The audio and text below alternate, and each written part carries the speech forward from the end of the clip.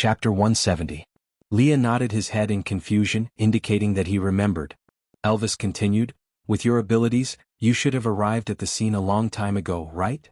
Lee's heart skipped a beat as he vaguely understood what Elvis meant. Elvis did not expect Lee's reply and just continued, "I heard from Xiaoming that you descended from the sky when she was about to be choked to death by Quentin. You did not come as a bird. The fact that you descended from the sky meant that you had arrived a long time ago.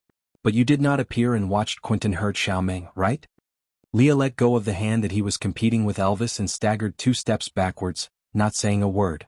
Elvis did not force him to answer and just said calmly, "You feel that you are not as important as the principles that she insists on in Xiaoming's heart. But in your heart, isn't Xiaoming also not as important as Saint Nazir? Back then, in order to teach her a lesson so that she would not dare to step out of Saint Nazir easily, you allowed Quentin to hurt her.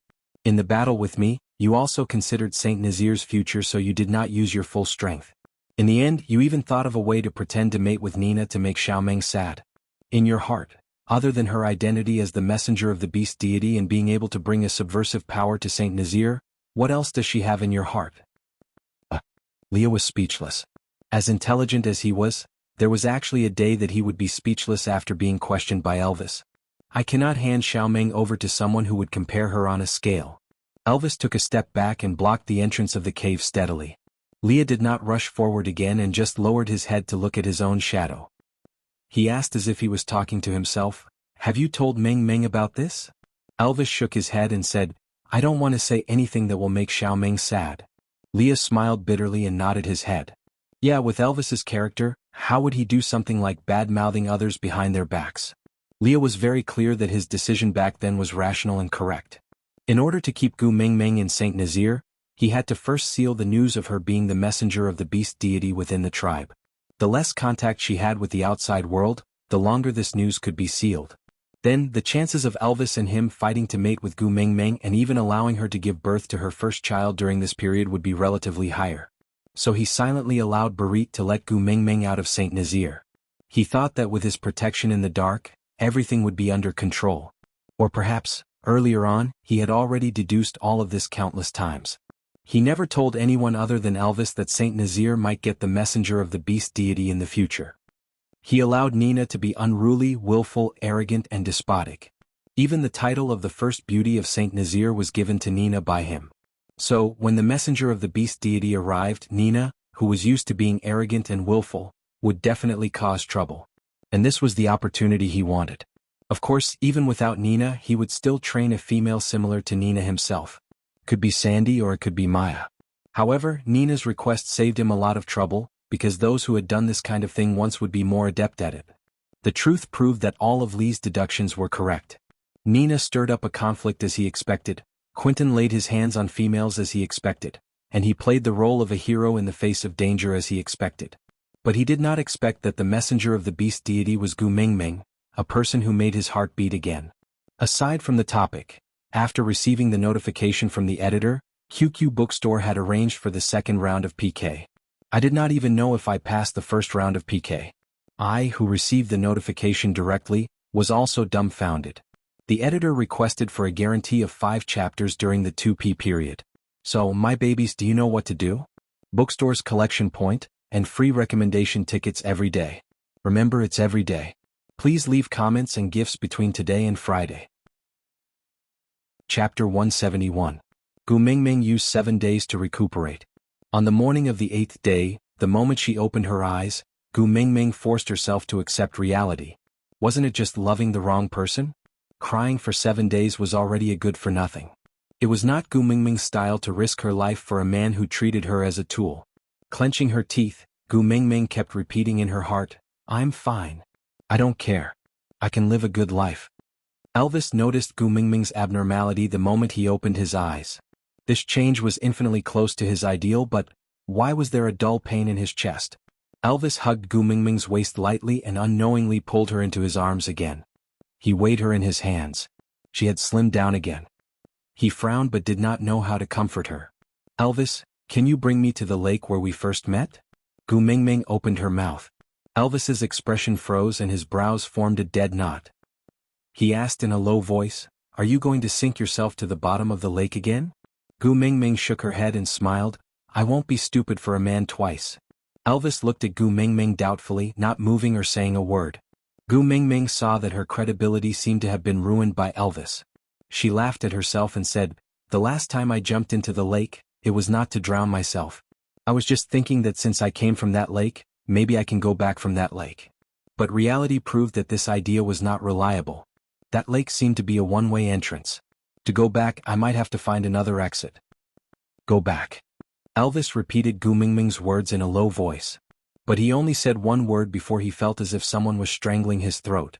Not to mention repeating Gu Mingming's words, even his breathing was not smooth. Gu Mingming was trying her best to pull herself out from her heartbroken emotions. She had already used up a lot of energy to stop herself from crying. She really did not have the mood to figure out Elvis's current thoughts. Gu Mingming looked down and twisted her fingers nonchalantly. "Since I can't go back for now, I have to think of a way to live more comfortably. Roasting fish and meat every day is not a solution. Even if I don't get sick of it, my body can't take it." Elvis recalled that the lake was very special because he met Gu Mingming there. But other than that, Elvis really could not think of anything else in the lake. Gu Mingming could not help but find it funny when she saw Elvis thinking so hard. This kind of brainstorming work was really not suitable for him. Every time he was thinking about a problem, his brows would furrow into a dead knot. Gu Mingming placed her little hand on Elvis's brows and said patiently, "I need to ingest salt to maintain my health. In the past few days I had been feeling weak, which was a sign of a lack of salt. If I don't take in more salt, my condition will worsen, and I won't be able to survive this winter." Elvis immediately tensed up upon hearing that. Gu Mingming patted Elvis's shoulder and gestured for him to relax. Then she said, "When I jumped into the lake previously, I accidentally realized that the lake water was salty. I suspect that it was a salt lake. Bring me there to take a look. If that's really the case, then I can be saved." Elvis still had a lingering fear towards Gu Mingming's sudden jump into the lake and the words she said to him before jumping into the lake. Elvis did not dare to take the risk of bringing her closer to that place, especially after knowing that it could be a passage for her to return to the other world. He could not let her near that place. So Elvis asked cautiously, "What does salt look like? Tell me, I'll go get it for you." Aside from the topic, trying to act pitiful, Susu had caught a cold. To someone who did not have a stockpile of chapters, the sudden notification of adding chapters was a huge blow. But for the sake of our Gu Mingming's better development, Susu had been pouring cup after cup of coffee into her stomach, trying her best to stay awake so that she could write more chapters for her babies. "For the sake of my hard work, can you please give me your recommendation tickets every day?" Chapter 172. Gu Mingming raised her brows and looked at Elvis, asking, "Why? Are you planning to imprison me and not let me leave this cave for the rest of my life?" Elvis was taken aback by Gu Mingming's words and shook his head instinctively. Gu Mingming then smiled.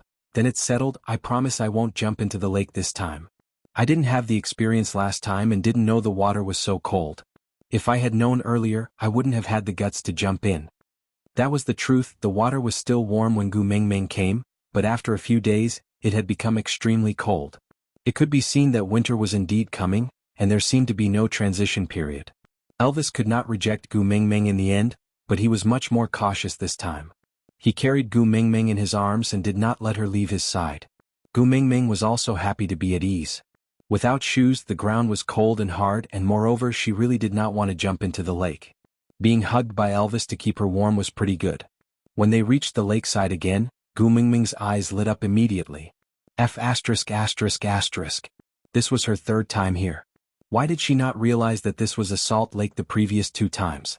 Large pieces of salt crystals were hanging on the rock wall by the lakeside, but she did not realize it previously? Gu Mingming was extremely excited, pointing at a piece nearer to her. "Elvis, hurry, go there. I want that white one." Seeing that Gu Mingming was interested in things other than Leah, Elvis felt slightly more at ease. Looking at the direction Gu Mingming was pointing at, he nodded his head, carrying Gu Mingming, and stepped on the huge rocks by the lakeside. With a few leaps he reached the rock wall. He held onto Gu Mingming with one hand and held onto the protruding part of the rock wall with the other, hanging steadily in midair. Gu Mingming broke off a small piece of salt crystal and licked it with her little tongue. A huge smile bloomed on Gu Mingming's face. That's right, it was what she wanted. Gu Mingming danced with joy, using all her strength to break off a large piece and hugged it in her arms. She wanted to take more, but her hands could only hold too little now. If she used too much strength, there would be nothing left after the salt crystal was crushed. Looking at Gu Mingming's face that was wrinkled like a bun, Elvis asked in confusion, "What's wrong? Is it not what you want?" Gu Mingming shook her head and said, "This is what I want, but I can only take this much." Elvis looked at the large piece of what she called salt in her hands. It was about the size of a rabbit. If it was cooked, it was indeed a little too little. It was rare that Gu Mingming was in the mood and had an appetite, so Elvis naturally would not disappoint her. He said, "It's all right, let's take these back first, I'll help you get them later." Gu Mingming shook her head and said, "It's quite a long journey from here. Let's get enough in one go so that we don't have to run back and forth." Elvis nodded. To him, whatever Gu Mingming said was right, so he said, "Then break off a few more and throw them on the shore. I will take them later." Gu Mingming's lips twitched. Throw it to the shore? If that happened, it would be smashed into pieces. If it got wet, it would be impossible to pick it up even if he wanted to. So, he knew that he was here to look for salt, but why didn't he think of bringing a piece of animal skin with him when he left? "I'm so stupid. Beast skin?" Elvis's eyes lit up and he said to Gu Mingming, "Beast skin, I brought it." Aside from the topic, hoeing the crops in the middle of the afternoon, stockpiling the manuscript today. The sun sets on the mountain in the morning, stockpiling the manuscript today. Bright moonlight in front of my bed, stockpiling the manuscript today. Not knowing where the human face has gone, I must stockpile the manuscript today. An ancient poem that did not rhyme at all proved that the author had gone crazy. Chapter 173. Gu Mingming blinked her big innocent eyes at Elvis, sizing him up from head to toe. Damn it, he did not have anything on him other than that beast skin dress. Did he bring beast skin? Where did he hide it? Wait a minute. A bomb exploded in Gu Mingming's mind, then she looked at Elvis's beast skin dress with a stiff face. F*******. Leader, you can't be so hardcore, right? Damn it, I'm bringing this salt back to eat, but you want me to use your beast skin dress that does not contain any additives to wrap a certain important part of my body? How can I eat it when I go back to cook? Gu Mingming shook her head like a rattle drum. No, I can't use your beast skin dress. I will be traumatized by the salt. Elvis smiled dotingly. It's all right, after we get the salt, I'll turn into my original form and carry you back. I won't let anyone see my body. Gu Mingming was speechless, holding her forehead. That's not the problem, all right? Elvis did not understand, frowning slightly. Gu Mingming hugged the salt too tightly, some of it had already crumbled in her hands. Gu Mingming looked at the crumbled salt in her hands and hurriedly said, "Let's go down first, I'll think of another way." Without a word, Elvis kicked off with force and jumped up like he was stepping on a spring bed. After a few consecutive jumps, he landed steadily at a distance of 1 meter away from the lake. He placed Gu Mingming down carefully and held onto her shoulders, saying, "Wait for me here, I'll help you get some more." Gu Mingming's body trembled as she looked at Elvis. "Wait for me here, I'll go get more for you." Gu Mingming nodded. She was very clear that with her small body, she would only be a burden if she went over, so she might as well let Elvis handle it. Elvis held onto Gu Mingming's shoulders tighter, staring into her eyes. "Promise me don't go near the lake."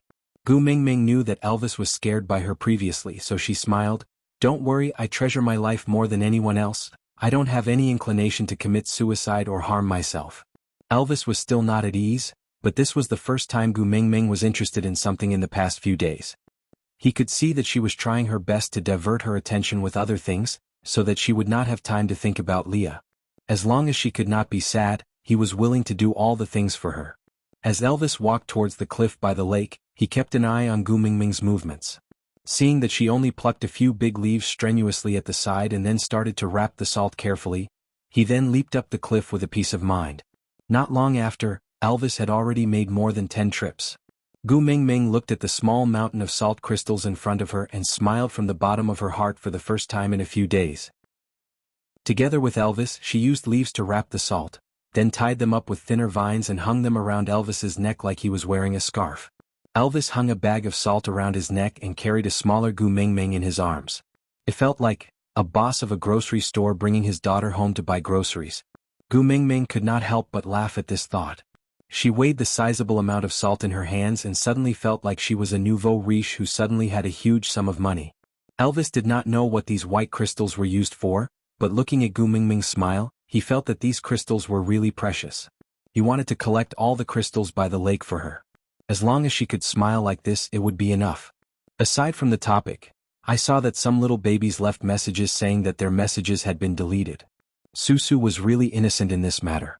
As a child raised by a stepmother who did not even have a backer in the bookstore, the messages she posted in the QQ group had been deleted a few times. Chapter 174. Elvis called Sandy over to accompany Gu Mengmeng while he returned to the lakeside, wanting to help Gu Mengmeng get more salt crystals. But sometimes, when Elvis appeared in front of Gu Mengmeng with his head hung low like a child who had done something wrong, Gu Mengmeng deeply experienced for the first time in her life what was called a pig teammate. Looking at Elvis's dejected look, Gu Mengmeng felt like laughing for some reason. She really wanted to ask, "Elvis, are you actually a pig in wolf's skin?" "Xiaomeng, don't be angry. I know where to find the salt crystals you want. Although it's a little far, I can definitely bring a lot of them back for you." Gu Mengmeng waved her hands and said, "Tell me first, how many salt crystals did you get into the water from the lakeside?" Elvis cleared his throat and used his hands to form a shape about the size of a rice bowl. He then turned his head away, not daring to look at Gu Mengmeng in the eyes. Gu Mengmeng's lips curled to one side. This Elvis was really not good at lying. If it was just this little bit, why would he be so nervous? Gu Mengmeng did not expose him, nor did she reply. She just crossed her arms in front of her chest and looked at Elvis with her chin raised. Then she saw Elvis quietly expand the area between his hands.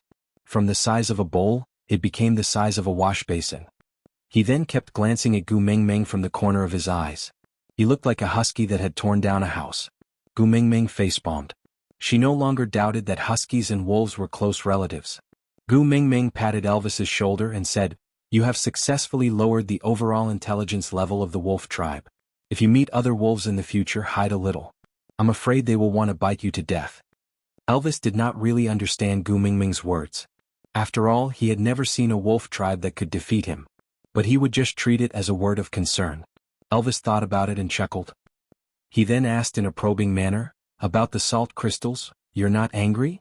Gu Mengmeng shook her head and said, "I think the salt crystals there are enough to last our entire tribe for 2 to 3 years. It won't affect you much if you get rid of them. Moreover, even if there aren't any salt crystals, I have a way to extract them from the lake. It's just that using ready-made salt crystals would save me a lot of trouble." Elvis then heaved a sigh of relief and understood why Gu Mengmeng insisted on going over by herself in the morning. Elvis's ears twitched as he heard someone coming from the cave. He didn't need to turn around to know who it was. Looking at Gu Mengmeng, Elvis said, "Then you and Sandy can play first. I will go out for a while and be back soon."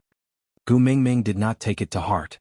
After all, Elvis was the leader of the tribe. He could not possibly revolve around her every day, right? She nodded and continued to help Sandy spread the salt evenly on the fish that Bode had prepared. Then they strung the fish with vines one by one. 10 fish were strung on one vine and placed at the side. Because the fish were too fat, it was impossible for the 2 females to lift them up. Elvis walked out of the cave and saw that it was indeed Leah. "She's much better today." Elvis did not raise any questions and just stated it directly. Lee's expression was indifferent. Even though he tried very hard to maintain his usual smile, his sunken eye sockets and haggard face revealed his torment. With regards to the messenger of the beast deity, all his plans were correct, but there was a very important premise, and that was that he must never truly fall in love with this messenger of the beast deity. But this important premise had already been shattered by Gu Mengmeng's daddy Leah, when he was defenseless. Aside from the topic, regarding the issue of giving Gu Mengmeng a cheat, sometimes I really don't know what everyone's standards are. My setting is that Gu Mengmeng is an ordinary first-year female student who accidentally transmigrated. So in the novel, I tried my best to avoid using an unrealistic cheat, referring to the early stages. But there were still people who told me that Gu Mengmeng's protagonist aura was too strong, as if she did not need to learn anything. And there were also some readers who told me that Gu Mengmeng was too weak. Why did she not use the cheat? Alright, what I want to say is that I will definitely activate my gold finger, but I won't activate it for no reason. Let me reveal a small clue. The activation of the cheat is related to mating. Then, it's almost time for mating, probably, who knows how many more days. Chapter 175.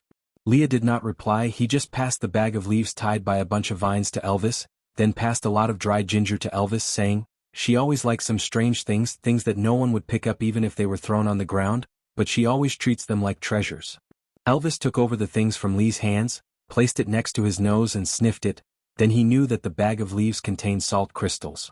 Looking at the method of wrapping it, it was clearly the same as Gu Mingming's. That meant that when they went to the lake to retrieve the salt crystals in the morning, Leah was also there, but he did not realize it. Elvis could now understand what Leah meant when he said, "The beast world is so dangerous. A male cannot protect Gu Mingming." If the one following him today was not Leah but someone else, then Elvis did not voice out his worries. He just asked, "Should I tell her? Did you send it over?" Leah shook his head, smiling bitterly. "Based on her character, if she knew that I brought it over, I'm afraid she would not accept it." Elvis was silent. He could not deny it. Leah understood Gu Mingming much more thoroughly than him. Most of the time he did not know what Gu Mingming was thinking about. He could only do as she said, but Leah could see through her thoughts before she opened her mouth. Perhaps this was the reason why he lost to Leah in Xiaoming's heart. Elvis nodded, agreeing to it, then carried the things and turned to enter the cave. Leah raised his hand, wanting to stop Elvis, but when the words were at the tip of his tongue, he realized that he did not have the right to instruct him. Looking at his blood-stained and dirty fingers from digging the yellow roots all over the mountain, Leah smiled bitterly, turning to walk back into the mountain. As long as she was happy, so what if he dug his hands till they were mush?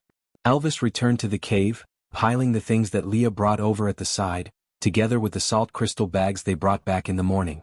Then he sat beside Gu Mingming, watching her and Sandy string up the fishes while chatting and laughing. Bode had brought a total of over 30 fishes, and they were all cleaned, so it was not too strenuous to string them up.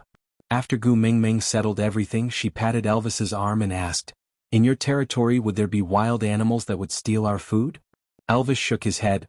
"The pressure of the orcs is enough to intimidate normal wild animals. They would not dare to go near the tribe." Gu Mingming nodded, then asked again, "Would there be other orcs that would steal of our food?" Elvis was taken aback for a moment, then he smiled and rubbed Gu Mingming's furry little head. "The males of Saint Nazir will not snatch the food of their own females. As for the males from other clans, unless they destroy the entire Saint Nazir, they should not be able to enter this cave to take your water shuttle. Don't worry." Nobody knew what Gu Mingming was doing. Sandy helped out for half a day, only thinking that it was a new game that Gu Mingming had invented. After all, in this boring era, Sandy was tired of throwing a stone and picking it up after playing it for a few years. Compared to those, this game of stringing up the water shuttles was already considered much more fun. Digression. Chapter 176. How long will this take? Sandy tilted her head and asked. Gu Mingming smacked her lips and said, "I don't know either, it depends on the air-drying situation." Sandy did not know what air-drying situation was, but it looked like it would take a long time, so she did not have the desire to continue waiting. She pulled Gu Mingming and said, "Our water shuttles are all used up. Why don't we ask Bode and the rest to get some more and we can continue to wear them?" Gu Mingming shook her head and rejected Sandy's suggestion. She pointed at the 30 big fishes hanging on the tree and said, "Although this is delicious, we can't just eat it for the entire winter." Sandy was stunned and her clear big eyes were instantly filled with the colors of a fangirl. Her saliva was about to drip down uncontrollably. She pulled Gu Mingming's arm and pointed at the fish on the tree excitedly, asking, "Edible? Edible?" Gu Mingming smiled and nodded. "Yeah, this will not go bad easily after being dried in the shade. Before winter, ask Bode to take 2 skewers and leave 1 for me. It's quite enjoyable to eat fish occasionally during winter." Elvis's expression was rather solemn. He took a step forward and held onto Gu Mingming's shoulders. Accommodating her height, he looked into her eyes and asked, "As long as we hang it like this, the food won't go bad?" Gu Mingming smiled and said, "Of course not. It has to be marinated with salt first and then dried in the shade. Although it's not as effective as preservatives, but if it's like what you said, when the snow seals the mountain during winter and we can't even leave the cave, then it's like a natural refrigerator. If we handle it this way, it shouldn't be a problem to store it for the entire winter." Elvis was overjoyed. He carried Gu Mingming and howled at the sky. Gu Mingming did not know what message he was sending.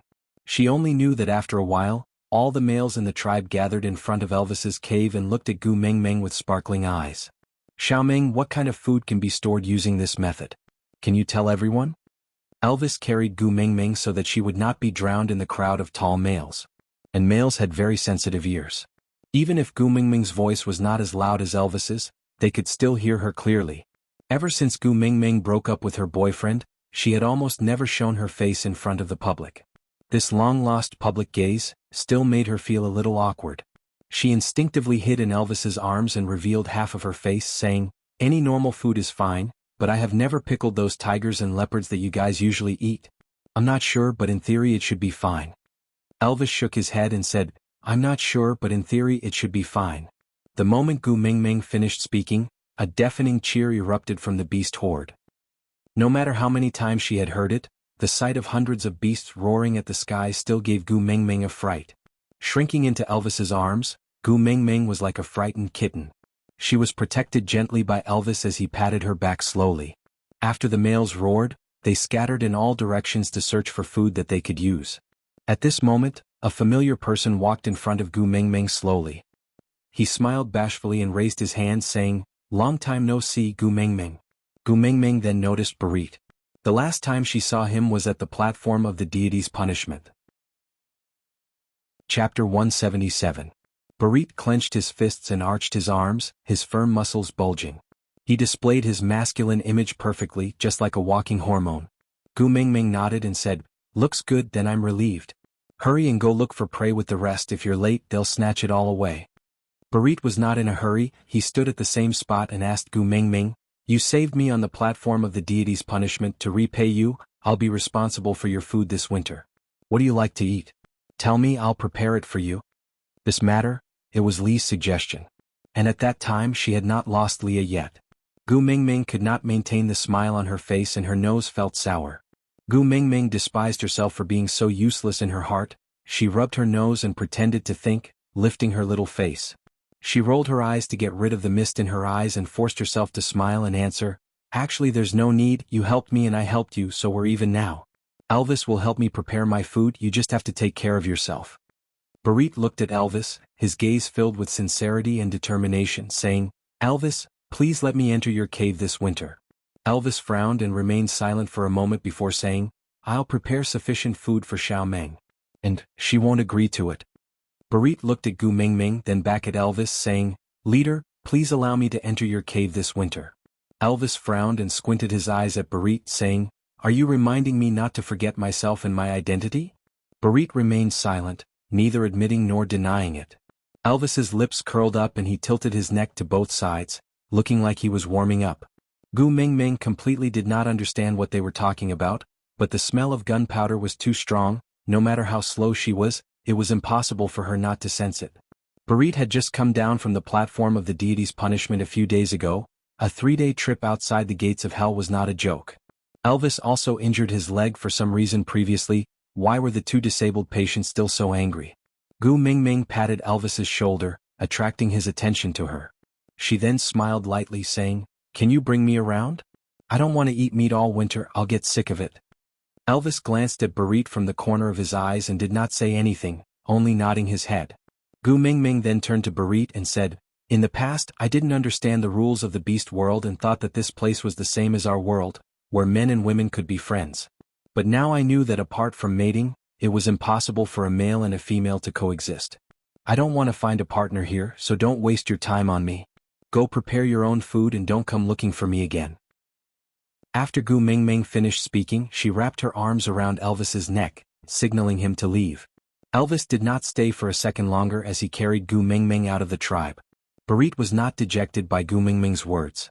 He knew about Li's situation. Although he could not understand Gu Mingming's view on love, he would not try to change it. He was different from Leah. Mating with Gu Mingming was his dream, but he did not dare to hope that it would come true. As long as he could protect her from afar and help her with some trivial matters, he would be satisfied. So, he maintained a certain distance and followed behind Elvis silently. There was no disappointment, no hesitation, no doubt, only a determined gaze and a primitive instinct to be loyal to himself. Aside from the topic. Chapter 178.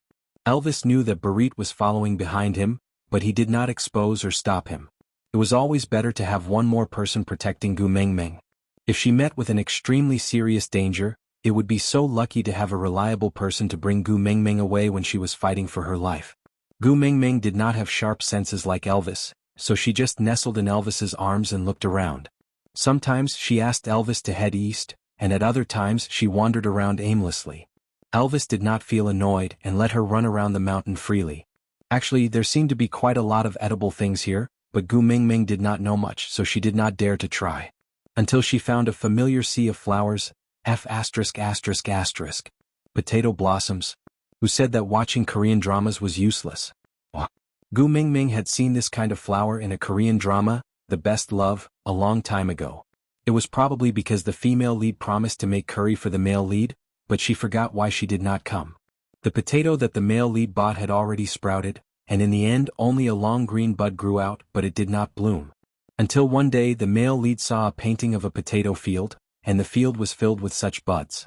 An old man told the male lead that potatoes looked like this when they bloomed. The male lead suddenly realized that the potato in his house had bloomed long ago, and then he ran off to look for the female lead in a melodramatic manner, but he could not remember it clearly. Gu Mingming only remembered complaining to her roommates about this point. Who the hell would hang a painting of a potato field as a decoration? It was also because this point was too shocking, so she remembered this scene especially clearly.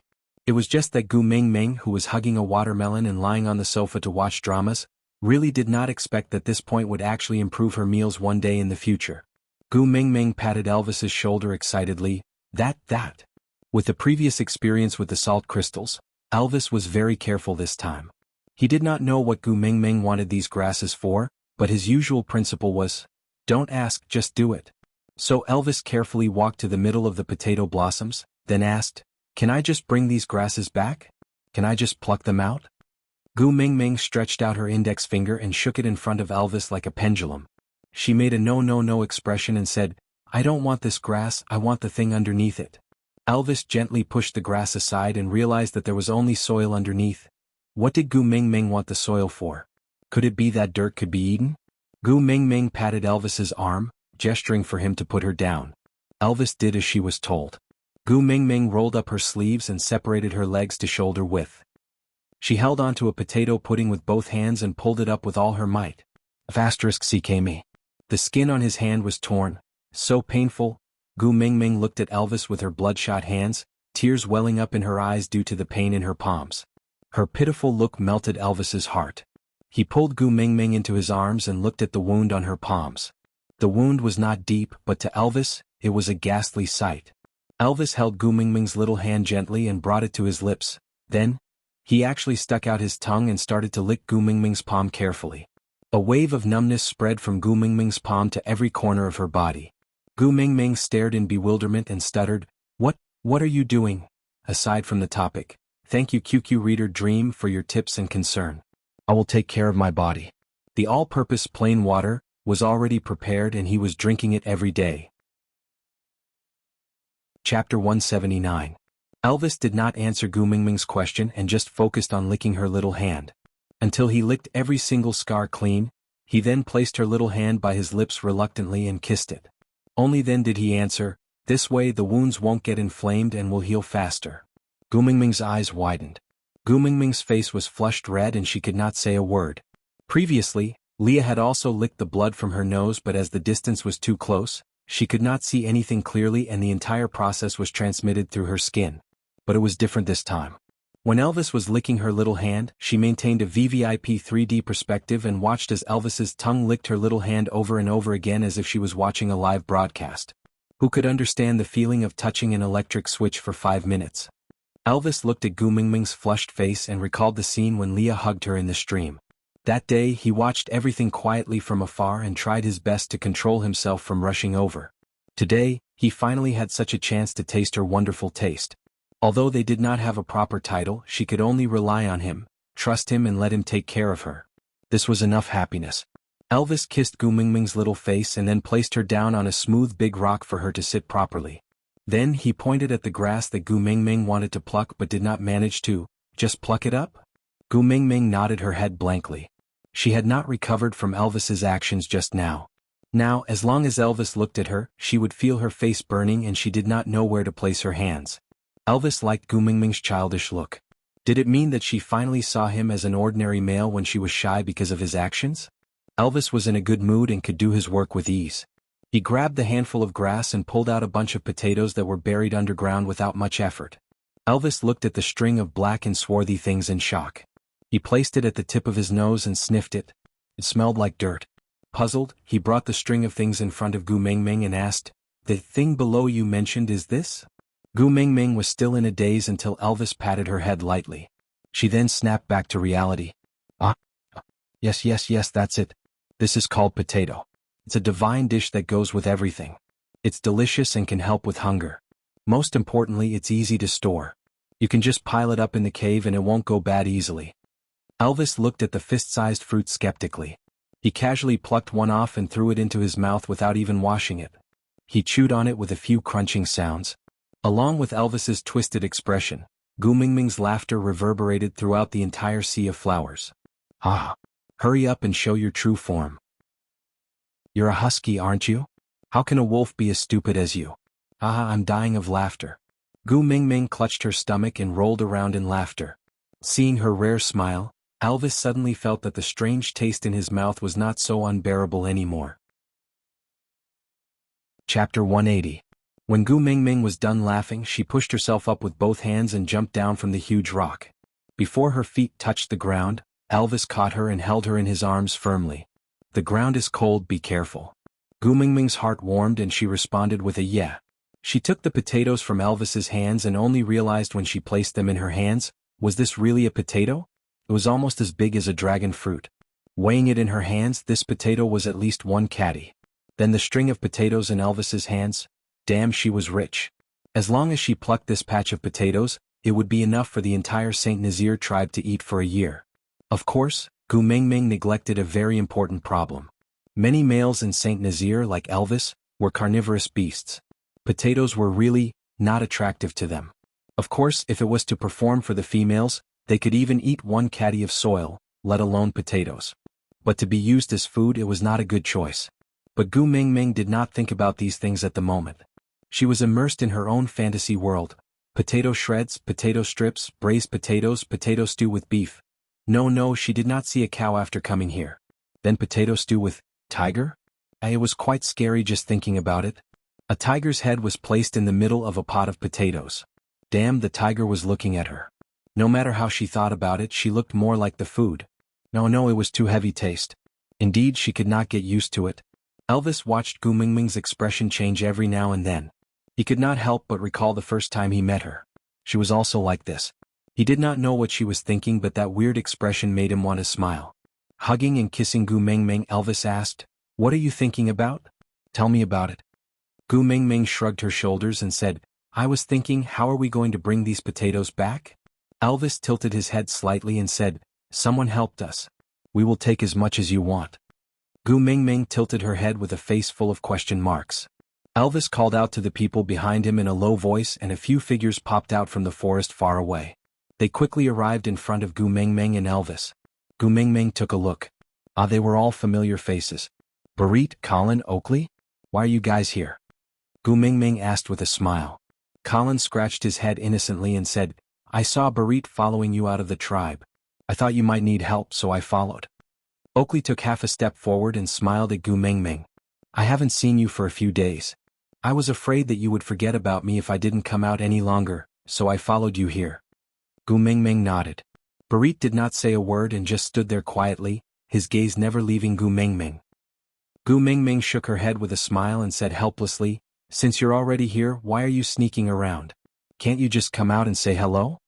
Oakley pointed at Colin and said, "He pulled me and didn't let me come out." Colin immediately pointed at Barit and said, "I wanted to come out at first, but Barit stopped me. He said that you would not be happy to see us." With that, Colin turned his head to look at Barit and said, "Why are you lying?" Gu Mingming was clearly not unhappy. Barit was speechless. He sighed helplessly and said, "How many of these grasses do you want to pluck? I'll help you." Gu Mingming chuckled and said, "Pluck as many as you can. These are our rations for the winter." Aside from the topic. Chapter 181. Once they heard that it was Gu Mingming's food, how could the males not work hard? Barit, Colin and Oakley had pulled out at least 200 caddies of potatoes. Gu Mingming did not know if it was enough for the entire tribe to eat, but even if she ate potatoes for 3 meals in the entire winter, she reckoned that she would not be able to finish them by next spring. But even so, Elvis still felt that it was too little, so he handed Gu Mingming over to Oakley and plucked more himself. Gu Mingming looked at the huge string of potatoes, which she estimated to be at least 250 caddies, and felt deeply ashamed. Damn, the power output was indeed not on the same level. The barbells she lifted in the gym previously were all wasted training. So many fighting moves could only be used to bully a coward like Nina. In the end, Colin transformed back to his original form and hung the 200 caddies of potatoes on his body. He did not feel that it was heavy, but it was a little cramped when he walked, as he was afraid that Gu Mingming's food would fall onto the ground. So the scene of this 2-story tall black bear carrying the potatoes carefully and taking small steps was even more comical than a circus performance. Gu Mingming could not help but laugh out loud, causing Colin to look back, and a potato fell from his head. Barit caught the potato quickly and threw it towards Colin. Colin instinctively opened his mouth to catch it and chewed on it. This time, Gu Mingming laughed even harder, rocking back and forth in Elvis's arms. She said breathlessly, "Ha, Elvis, is this called a crooked stick has a crooked shadow? With you leading the way, will the entire tribe eat raw potatoes like you?" Ah. Elvis actually wanted to explain that firstly they had never eaten this before. Secondly, before they met Gu Mingming they had always eaten raw food, but strangely Colin's reaction after eating the raw potatoes was different from Elvis. He smacked his lips as if he wanted more. But thinking that it was Gu Mingming's food, he held back and did not eat another one. When the group returned to St. Nazaire, it was already afternoon. They returned to Elvis's territory in a noisy manner, and Barit and the other two consciously stopped at the outskirts of the territory. Gu Mingming smiled and waved, "What are you waiting for? Come in." The three of them then nodded and followed Gu Mingming into Elvis's territory. However, before he reached the entrance of the cave, he heard loud noises. Gu Mingming frowned and looked towards the source of the sound. She saw two females fighting each other. One of them seemed to be Sandy and the other, Nina. *CK, are they bullying me at my doorstep? It just so happens that I have nowhere to vent my anger. Gu Mingming jumped down from Elvis's arms and ran straight towards Sandy and Nina. Nina had suffered so many losses in Gu Mingming's hands. Seeing Gu Mingming charging over in such a manner, she was so frightened that she immediately let go of Sandy and jumped back. She reached out a hand to block Gu Mingming. You can't bully me just because you have more people." Gu Mingming laughed coldly. "Didn't you send yourself here to be bullied by me?" Nina raised her head and said in what she thought was a noble manner, "That's not it. I'm here to look for my mail." Gu Mingming smiled embarrassedly. "You're here to look for your mail? Is your mail Elvis?" Aside from the topic, I know everyone hates Nina and I hate her too. But she could not die for now. She still had to court death. Chapter 182. My mail is not Elvis, it's Leah. Nina raised her head even higher and looked at Gu Mingming with a provocative gaze, as if she was the victor. Actually, Nina's gaze was not considered provocative because her eyes were too small and Gu Mingming could not see through her gaze at all. But at this moment, no matter what her gaze was, it looked like a provocation. Gu Mingming felt a sharp pain in her heart when she heard that. One slash to the throat, fast, accurate and ruthless. Gu Mingming clenched her teeth and looked at Nina coldly. "I wanted to hit you the previous time but Leah stopped me. Now that you've sent yourself to me, let's settle our old and new debts together." With that, Gu Mingming pounced towards Nina. Nina shouted at the top of her lungs while dodging, "Leah! Where are you? Come out and take a look, this is Gu Mingming's real face, she is chasing after your female and hitting her. Come and save me." The more Nina shouted, the redder Gu Mingming's eyes became. Look all you want. Did she still care what a man who treated her as a tool would think of her? Gu Mingming feinted and dodged left and right, successfully blocking Nina who was in a panic. She leaped up and rode on Nina's body, slapping her left and right continuously. Gu Mingming slapped her more than 10 times until her hand hurt, but she still refused to stop. Just as the slap that was raised high up was about to land again, Gu Mingming's wrist was clamped down by a force. Gu Mingming looked towards the direction of that force and her entire head of silver hair stung her eyes. Gu Mingming laughed coldly and turned her head to the other side. She looked at Elvis who had already arrived beside her and was grabbing onto Lee's wrist. Trespassing into someone else's territory without permission? How should we deal with it? Elvis did not use too much strength to hold onto Lee's hand, but the strong pressure emitted from his body was already a clear warning. Elvis's voice was cold and without a trace of warmth. He said, "Let go." Leah acted as if he did not hear Elvis's warning as he stared straight at Gu Mingming with his long and narrow eyes.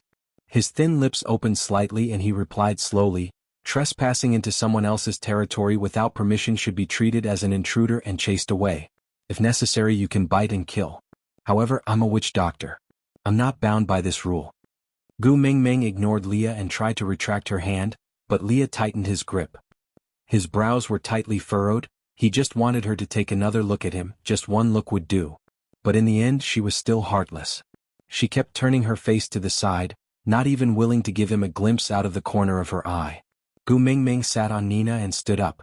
She kicked Nina out of the blue and said, "Bring your female out of here or else I will kill you." Leah did not look at Nina, who was rolling and crawling on the ground. He only asked gently, as if he was whispering sweet nothings to her, "How do I kill her?" Gu Mingming sneered. "How about digging out my heart?" "I forgot, you don't have a heart." Leah lowered his head to look at his left chest that was throbbing in pain. He smiled bitterly. "Heartless? If there really isn't, that's fine too." Gu Mingming pulled her hand back with all her might, even at the risk of breaking her wrist. She struggled while saying, "Don't touch me with your dirty hands. I feel disgusted." In the end Leah still let go. It was not because of Gu Mingming's words, but because she would get hurt if she struggled like that. At that time, he could look on coldly as Quentin almost strangled her to death. But now he could not bear to even injure his wrist. Chapter 183. Gu Mingming didn't even look back as she turned and walked into the cave. Nina scrambled up and wanted to pounce on Leah, but she was so scared by Lee's cold stare that she didn't dare to move. Her mouth was full of blood and she couldn't even speak properly. She mumbled, "You haven't been back for a few days and I came to look for you because I was worried about you." Who knew that Gu Mingming would be so barbaric and hit me the moment she came? "Look at my face, how badly did she hit me? Leah, you have to help me." Leah didn't say anything, but Elvis spoke up, "You want to touch my female in my territory? Do you think I'm dead?" But Nina wanted to explain, but Elvis couldn't be bothered to talk to her. He just said, "If you don't want to be chased away before winter, don't appear in front of Xiaoming again. Or else." Elvis didn't finish his sentence. He just stretched out one hand and transformed it into a wolf's claw. He hammered the ground, creating a huge pit. Nina was so scared that she didn't dare to speak and just stood at the side, trembling. Gu Mingming's sobbing and Sandy's voice could be heard from the cave. Elvis looked at Leah with a frown and asked, "Why did you suddenly appear?" Leah lowered his head and looked at his own hand. He muttered to himself, "Her palm is injured. If she continues to hit it, it will bleed. Must be very painful." Elvis sighed. Actually, he noticed the red mark on Gu Mingming's palm, but he also knew how hard it was for Gu Mingming to hold it in for the entire day. She pretended to be cheerful and laughed out loud over just a small matter. She laughed so hard that it made one's heart ache. He would rather she let it out like this. It was better than holding it in. So even though he knew that her palm was injured when she was plucking the grass today, he didn't stop her from harming herself. Elvis sighed and didn't say anything else. He turned and entered the cave. Seeing that Elvis had entered, Sandy tactfully retreated out of the room. Elvis hugged Gu Mingming in his arms and spread open her hand. His heart ached, but he couldn't bear to blame her. Gu Mingming wiped her tears and tried to cover it up. "There's sand in my eyes. It hurts a little." Elvis hugged Gu Mingming and placed her on his chest. He said gently, "The sand is in your eyes, it must be very painful, right? It's good to cry a little. Cry the sand out and you won't be in pain anymore." Gu Mingming's tears, which she had finally stopped, started flowing again. She hugged onto Elvis's waist tightly and sobbed silently. When she was tired from crying, she directly fell asleep in Elvis's arms. When Gu Mingming woke up, it was already night time. Balder took Sandy back. Barit and the other two were still standing outside the cave, staring at the pile of potatoes on the ground. Gu Mingming felt a little embarrassed. She had asked him for help, but she only cared about tearing her love rival apart, leaving him hanging there for half a day. Just when she was thinking of how to speak without awkwardness, Colin scratched his head and stood out. He asked in embarrassment, "Gu Mingming, can I pluck some of this tomorrow?" Gu Mingming was taken aback for a moment before smiling. "You like it?" Colin nodded seriously and then promised, "I'll just pick a little to taste, is that okay?" Burrit punched Colin from behind and said, "You're so promising. Snatching food from a female?" Gu Mingming was teased by the two of them and her awkward mood dissipated. She waved her hands and said, "Aren't there some ready-made? Just eat it." Aside from the topic. Chapter 184. Colin was still a little embarrassed and shook his head. "These are your food, I can't eat them, I have to leave them for you." Gu Mingming smiled. "How much can you eat?" "This is at least 100 kilograms, can you eat all of them?" Colin nodded his head seriously and answered, "Yes." Gu Mingming could not hold it in and laughed out again. She said helplessly, Then you can eat all of them and accompany me to pick new ones tomorrow. Colin thought for a while but did not do that. He said in a silly manner, then I will wait until I pick new ones for you tomorrow before eating these old ones. Gu Mingming did not force Colin any further. The beast world had its own code of conduct. If she kept forcing Colin and he really ate these things, he might be laughed at by his fellow tribesmen. This would be a stain on his future partner. Gu Mingming did not force Colin any further. Gu Mingming said, everyone has been busy the whole day, you haven't eaten yet, right? It's just that it's so late, I don't know if we can still hunt. Elvis placed one hand on Gu Mingming's shoulder and smiled gently, what do you want to eat? I will find it for you. Gu Mingming thought for a while and said she wanted to eat bird eggs. This suggestion stunned Elvis and the rest. That thing was delicious? But since it was Gu Mingming who said it, there was naturally no reason for him to object. However, Elvis was not as skilled as Barit and Oakley when it came to climbing trees. Hence, the two of them accepted this task and transformed into a leopard and a lynx, disappearing into the night with a few leaps. Colin stayed behind to accompany Gu Mingming in processing the potatoes, while Elvis went to hunt for some large meat. He knew Gu Mingming was timid and did not dare to eat many things, so he processed them outside in advance and only brought back pieces of meat. Without a male's sharp sense of smell, Gu Mingming would not know what kind of animal it was. Of course, Gu Mingming also wisely chose not to ask. The stone pot was placed on the fire and Gu Mingming asked Elvis to cut the meat into smaller pieces, then put them into the pot with the peeled potato pieces to cook. Gu Mingming wrapped the dozen over bird eggs that Barit and Oakley brought back with mud and placed them outside the fire to simmer. When the meat was almost done, Gu Mingming used her fingernails to scrape some salt crystals into the pot and stirred it with her long chopsticks. Immediately, the fragrance wafted out. There were various cutlery that Elvis had made according to Gu Mingming's description at home, but it was rather comical to ask males who ate raw food to use chopsticks. Gu Mingming did not expect everyone to be a gentleman like the people in the civilized world. She simply picked up a few large pieces of meat and placed them on a thin plate made out of stones. She distributed them to everyone so that they could directly grab onto the meat and eat as freely as they wanted. Actually, according to the appetites of the males in the beast world, this pot of food was only enough for one person to fill their stomachs, much less for 5 people to share. So actually, everyone was just accompanying Gu Mingming to eat. Oakley said as he ate, I heard that the water shuttles you hung there are in preparation for winter? Gu Mingming nodded. Yeah, marinating it like this will prevent it from spoiling easily. Oakley continued, today the males in the tribe have hunted quite a number of things and they have all been cleaned and cut into pieces according to Elvis's request. I'll send them to you tomorrow for you to marinate. Gu Mingming was taken aback. Ah? You want me to marinate the entire tribe's food to survive the winter alone? Aside from the topic, she finally finished writing the part that needed to be updated. These few chapters did not talk about feelings as winter was coming and the most important thing now was to store food. Chapter 185. Oakley was also taken aback, then he shook his head and said, of course not, you just have to marinate your own food. Gu Mingming tilted her head and asked, then why did you send the entire tribe's food to me? Oakley smiled and said, you are the first beauty of the tribe, of course you have the priority to choose the food. After you choose, it will be Nina followed by Sandy and Maya. Gu Mingming raised her head and gestured for him to wait. Why should Nina choose first? Sandy and Maya are also females, they should also be protected and taken care of. Oakley blinked his eyes blankly and replied, isn't this the order for a normal tribe?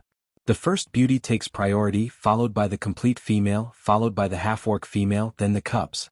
Gu Mingming snorted in disdain then asked, are there any cubs in St. Nazaire? Why didn't I see any?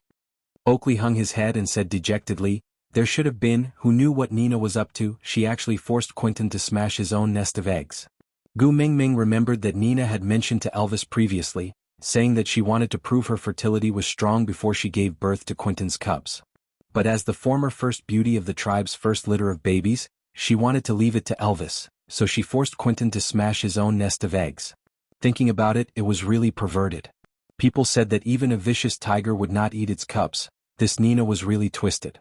Gu Mingming was very resistant to talking about Nina, because she knew that she would not be able to say anything good about Nina. But it was not Gu Mingming's style to speak ill of others behind their backs. If there was something wrong, she would rebuke it in person. Gossiping about others behind their backs was too tasteless. So Gu Mingming clapped her hands and said, since there are no cubs, the single males can keep the prey for themselves. Tomorrow I will teach everyone how to marinate meat for better preservation. While the weather is still warm, everyone should store more food so that you won't starve in winter. As for the females, other than me, the other three have their own males, let their males think of ways to get their own food. Of course, if any female suitor is willing to court my favor, I don't care, but I don't want this privilege. Barit and the other two looked at each other. They were so shocked by Gu Mingming's words that they could not say a word. Taking care of the females in the tribe was the responsibility of the males. Suddenly, I will be in charge of Xiao Meng's food. Elvis interrupted. Elvis said, Xiao Meng. Xiao Meng? Elvis said, Xiao Meng. Elvis, Gu Mingming took the food and ate it in small bites. The potatoes were soft and smooth, and after adding salt they tasted like the best in the world. Forgive her for living for a few days without salt. Gu, and Xiao, Gu. Elvis said. He also took a bite of the cooked one, but he could only politely decline. Xiao to. Xiao tomorrow I wolf, Xiao to Xiao coal. Xiao to, so, Xiao. And said, Xiao. Colin was sneakily stuffing an uncooked potato into his mouth. Being called out by Barit, he blushed and passed the potato in his hand to Gu Mingming, then nodded and said, Yeah, I'll go with Barit tomorrow. Out of topic. Thank you to QQ Reading Ruyue, Xian, Qingfeng, and Qingfeng for their tips. Recently, I've had a bad cold and made a lot of low-level mistakes in my writing, such as typing wrong names, typing wrong words, etc. Thank you for your understanding and help. I'll try my best to correct them.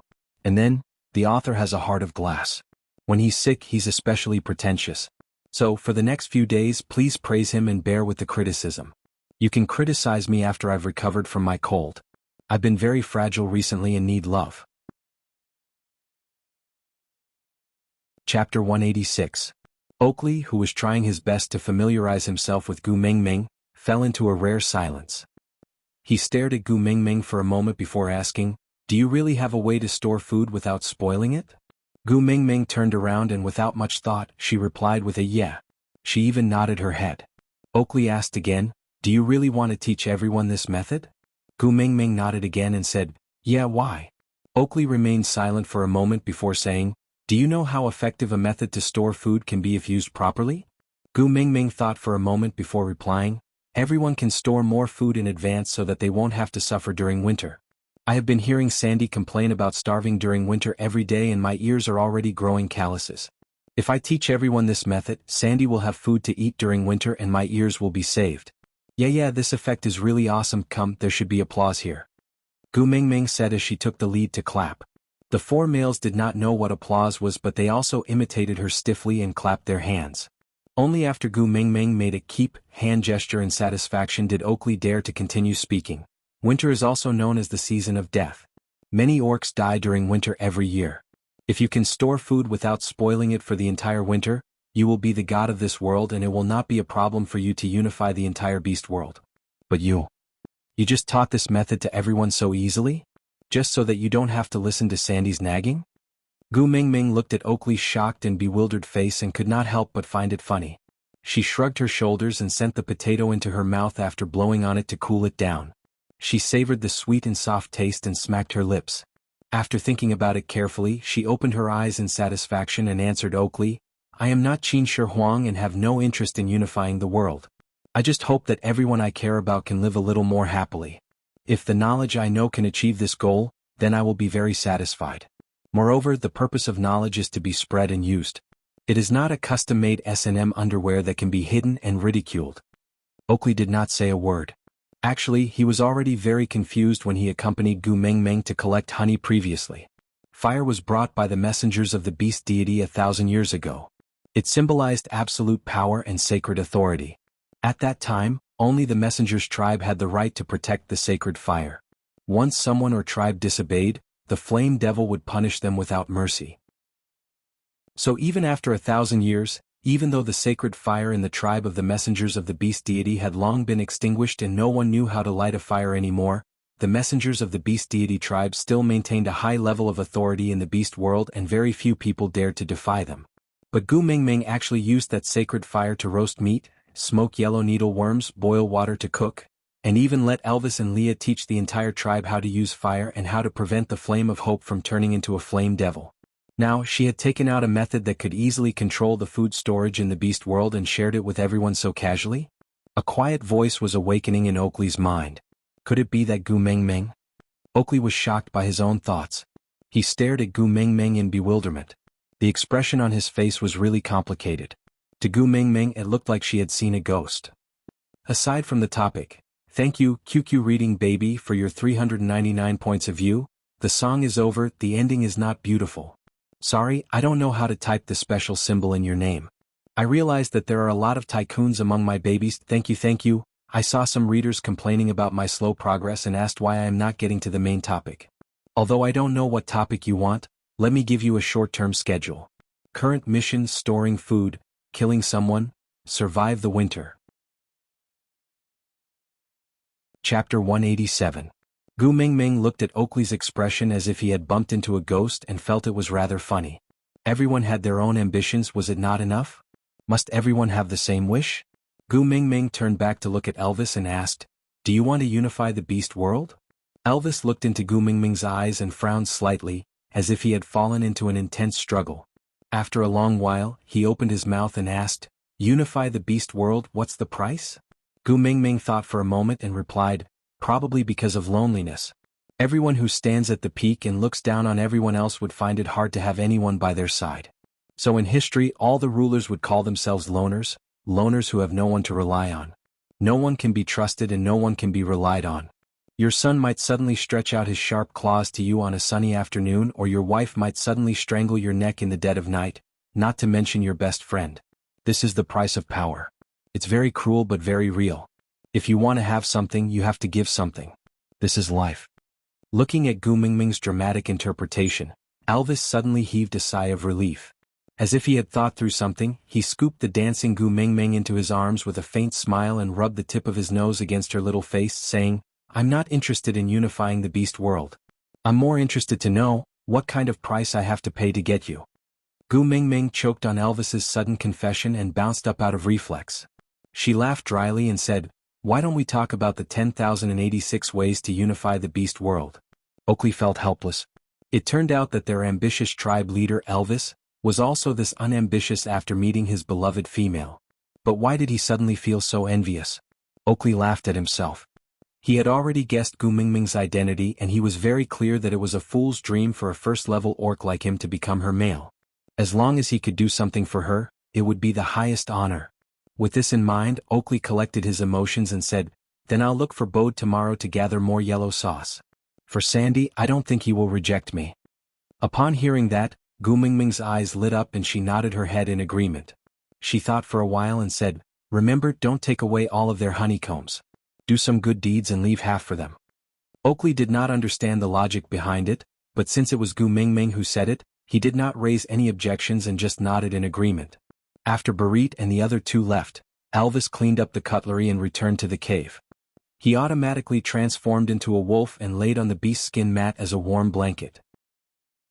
Gu Meng Meng originally did not have any psychological pressure towards Elvis in his original form, but his sudden confession today made her feel rather embarrassed. Elvis did not give Gu Meng Meng too much time to argue. He used his claws to tug and Gu Meng Meng fell into his arms. He used his front claws to hold Gu Meng Meng in place. Then he placed his chin on her head and closed his eyes. Elvis slept soundly but Gu Meng Meng could not. UF** King Pervert. Where are you putting your claws? My 36D became your mousepad just like that? Gu Meng Meng gritted her teeth and prepared to use the aura she used to deal with the pervert on the bus to teach this pervert a lesson. But when she looked up, she met Elvis's blue eyes. That disdainful look and his sharp fangs could be seen clearly from such a close distance. Actually, it was quite good for Elvis to be like this, right? Thinking from another angle, maybe it was her 36D that had taken advantage of Elvis's front claws, right? Aside from the topic, following little baby's request, I wrote a small drama. Actually, I'm not very good at it, but I'll give it a try. Gu Meng Meng, Elvis, I misjudged you. You are a pervert. Elvis, yeah, black. Gu Meng Meng was furious. She pointed at the entrance of the cave and shouted, "Get lost." Elvis smiled calmly and pounced over to press Gu Meng Meng down. He said, "Let's do it step by step, all right?" Gu Meng Meng was dumbfounded. She asked, How do we do it by step? Chapter 188. The next morning, Gu Mingming was woken up by a loud noise. Turning left and right, Gu Mingming almost plucked out all the hair on Elvis's stomach, but still could not block her ears. Jumping up from Elvis's arms like a carp, Gu Mingming rushed out of the cave with a strong smell of waking up. She rolled up her sleeves and scolded, "Damn it, disturbing my sleep is like killing my parents, it's an irreconcilable feud. I want to see who is the one who wants to die and disturbs my sleep." With Gu Mingming's roar, the outside of the cave instantly became silent. But it was too late for silence, because Gu Mingming had already rushed out with a pair of sleep-deprived eyes. The first thing she saw was Nina's face, which was getting more and more detestable by the day. Without saying a word, Gu Mingming went up and grabbed Nina's beast-skin dress, throwing her over her shoulder onto the ground. She flipped over and rode on her, raising her hand to hit her. This time, Nina was not her usual self. She did not provoke or retaliate but wailed loudly, hit me, just hit me to death, it's better than having no food and starving to death in my own cave without anyone knowing." Sob, Gu Mingming, what exactly are you planning? Are you here to destroy Saint Nazir?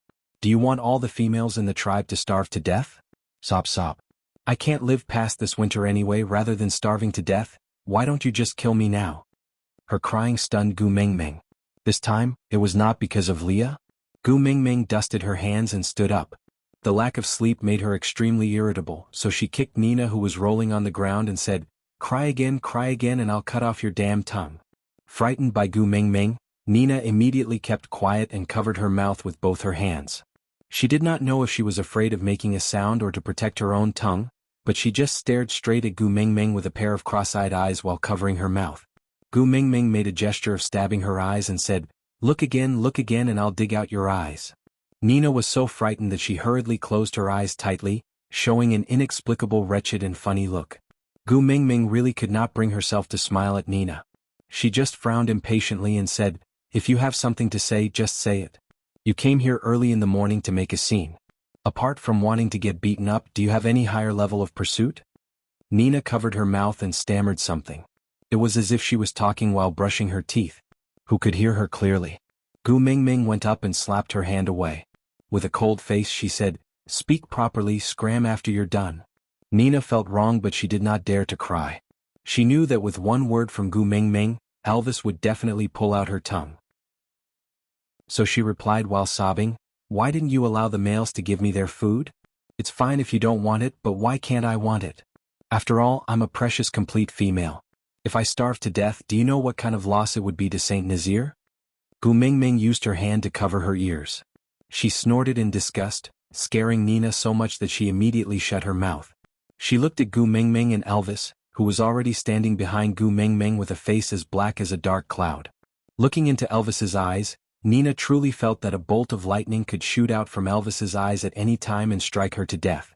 Aside from the topic, because the effect of the recommendation this time was very good, QQ Bookstore has decided to add me as a recommendation. December 15th to December 19th is the recommendation period. According to the editor's request, I will add updates at a speed of 5 times a day. This recommendation is inseparable from the fact that my babies vote for me, leave messages and chase after my articles every day. Thank you babies for your support. I hope my babies will continue to work hard during the recommendation period. Try your best to ask QQ Bookstore and don't forget to vote and leave messages. Chapter 189. Gu Mingming looked at the males standing at the outskirts of Elvis's territory with large amounts of meat in their hands, as well as Sandy and Maya who were standing beside her. She did not answer Nina's question, but walked to Sandy and tidied her torn clothes and messy short hair. She sighed and said, you are a bear after all, why do you always look like you are in a worse state every time you fight with Nina? Don't tell me Nina's original form is a tiger or a lion. Sandy was more or less influenced by Gu Mingming recently and was no longer that afraid of Nina. Especially now that Gu Mingming was around, she became even more daring.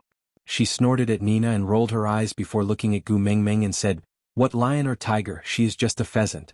She obviously can't fly, yet she still claims that she is a bird. Previously, she used the fact that Quentin was the only male in Saint Nazir who could fly, so she swaggered around and made many unreasonable requests. But Leah and Elvis saw that she was a complete female and Quentin was indeed capable, so they satisfied her. Now that Quentin can't fly and she no longer has the title of the first beauty in the tribe, she still wants to bully others. I won't tolerate it anymore. Gu Mingming nodded her head in relief, then patted Sandy's shoulder and said, "That's right. But next time when you beat her up again, just transform and slap her to death with your bare paw. Don't give her a chance to whine, it's too noisy, understand?" Sandy blinked her eyes and looked at Gu Mingming, then at Elvis before saying softly, "Saint Nazir has a rule that we cannot kill our own tribesmen." Gu Mingming chuckled and said, "When I said slap her to death, I was describing her to death, not really asking you to break her to death. It's not good to dirty your own hands. But breaking an arm or a leg is still possible. Isn't winter coming soon? Treat it as an additional dish." Once she said that, not only Nina, even Sandy looked at Gu Mingming with a horrified expression. Gu Mingming glanced at Nina, whose face had turned green from fright, thinking that this girl would not dare to casually provoke Sandy in the future. Then he changed the topic and pulled Sandy's little hand to ask, "Do you also think that I'm wrong to tell the single males not to share food with the females?" Sandy shook his head and said, "I don't know what's right and what's wrong. I only know that I'll listen to what you say." Gu Mingming chuckled. She could not deny that Sandy's blind worship of Gu Mingming had fully satisfied her vanity. And this trust made Gu Mingming feel even more warm. Gu Mingming held Sandy's little hand and turned to look at Maya. "What about you? What do you think?" Maya was a little timid but obviously did not dare to express her true thoughts. She just bit her lower lip and moved closer to Gu Mingming, whispering, "I believe you won't harm us. I'll listen to you." Gu Mingming nodded before turning back to face Nina. She smiled sarcastically and said, "So you're the only one who has an opinion?" Nina hardened her heart. This matter concerned the food for the winter. Even if she was afraid of Gu Mingming beating her, she could not back down. So she nodded her head firmly, silently imagining how tragic she must look at that moment. She was like a lone island in the vast ocean, not backing down no matter how the waves hit her. She must look extremely beautiful. All the males would instantly feel pity and admiration for her at that moment. However, she neglected an objective fact. That was, wherever Gu Mingming was, other than her own partners, no one would even look at her. Aside from the topic, regarding the question about Nina's original form, I saw all sorts of answers in the comments. The correct answer has been announced. Is there anyone who guessed correctly? Chapter 190. Gu Mingming hugged her shoulders and leaned into Elvis's arms. She leaned against Elvis's chest and stood there quietly without saying a word. "If you are unhappy, you can choose to leave Saint Nazir," Elvis said coldly from above. Gu Mingming's lips curled up slightly. She had to admit that Elvis's attitude of standing firmly on her side without asking for right or wrong pleased her. Of course, she knew what a female meant to a tribe and she would not give up on a female so easily. Even if it was Nina, didn't she endure for so long for the development of Saint Nazir? However, reasoning was one thing and attitude was another. Gu Mingming had never liked to cause trouble for others. Since Elvis supported her unconditionally, she naturally would not make things difficult for him. So Gu Mingming gave Nina a way out of the embarrassing situation. "Or you can ask your males to learn how to marinate meat with everyone else so that you can store enough food before winter arrives." Nina did not say a word. She just bit her lower lip and shook her head fiercely before taking a few steps to the side. Gu Mingming watched as the troublesome fellow walked away. She then waved at everyone, indicating that they could bring their own meat over. Although the males were not as orderly as the People's Liberation Army, they still stood in an orderly manner. They maintained a shoulder's distance from each other in front of Gu Mingming and waited for her next instruction. Gu Mingming took out the salt crystals that Elvis had crushed into powder and demonstrated how to marinate meat. Then she pointed at the small mountain of salt crystals piled up in the open space and asked everyone to marinate it according to their own method. After everyone was done marinating, she then taught everyone how to use tree branches and vines to dry the meat in the shade. After explaining everything, Gu Mingming and Sandy interspersed themselves in between the males to give them appropriate guidance and correction. Although the males could not understand this strange method, how would they have the chance to interact so closely with the females? Just for this, it was worth it to starve to death during winter. What's more, these things were originally meant for the 4 females in the tribe, but now they had become his reserve rations. It was already good enough to have something to eat during the winter. Whether it tasted good or not, in fact, was not that important. Thus, the group of people began to marinate the meat in full swing, and then hung it up to dry. Everything seemed to be in order. Bah! The discordant voice sounded again. Gu Mingming did not even need to turn her head to know that the hoarse voice was Nina's doing. She looked back sharply and saw Nina spitting something on the ground, pointing at Quentin and scolding, "Why are you being picky?" It was disgusting. "This is simply a waste of food. Don't you know that I already have very little food this winter? Are you trying to starve me to death?" Gu Mingming wanted to speak up, but Sandy had told her not to interfere with other people's family matters. Zhou Yu was beating up Huang Gai. One was willing to take the beating while the other was willing to take the beating. What right did she have to say anything? Thus, Gu Mingming forced herself to pretend that she did not hear Nina's indirect scolding and continued to guide the other males to marinate the meat. Seeing that Gu Mingming did not have any reaction, Nina gave herself a thumbs up in her heart, feeling that she had the upper hand this time. But considering Gu Mingming's usual behavior of not making a fuss if she could make a move, Nina decided to stop while she was ahead. Thus, she shook her plump buttocks and one of her partners transformed into a beast for her to ride on. She said with her nose facing the sky, "Let's go home. Don't waste the food here. If you have the time, hurry up and help me catch more prey. What are you wasting time for, humph?" Aside from the topic, many times the males say that we are pretentious.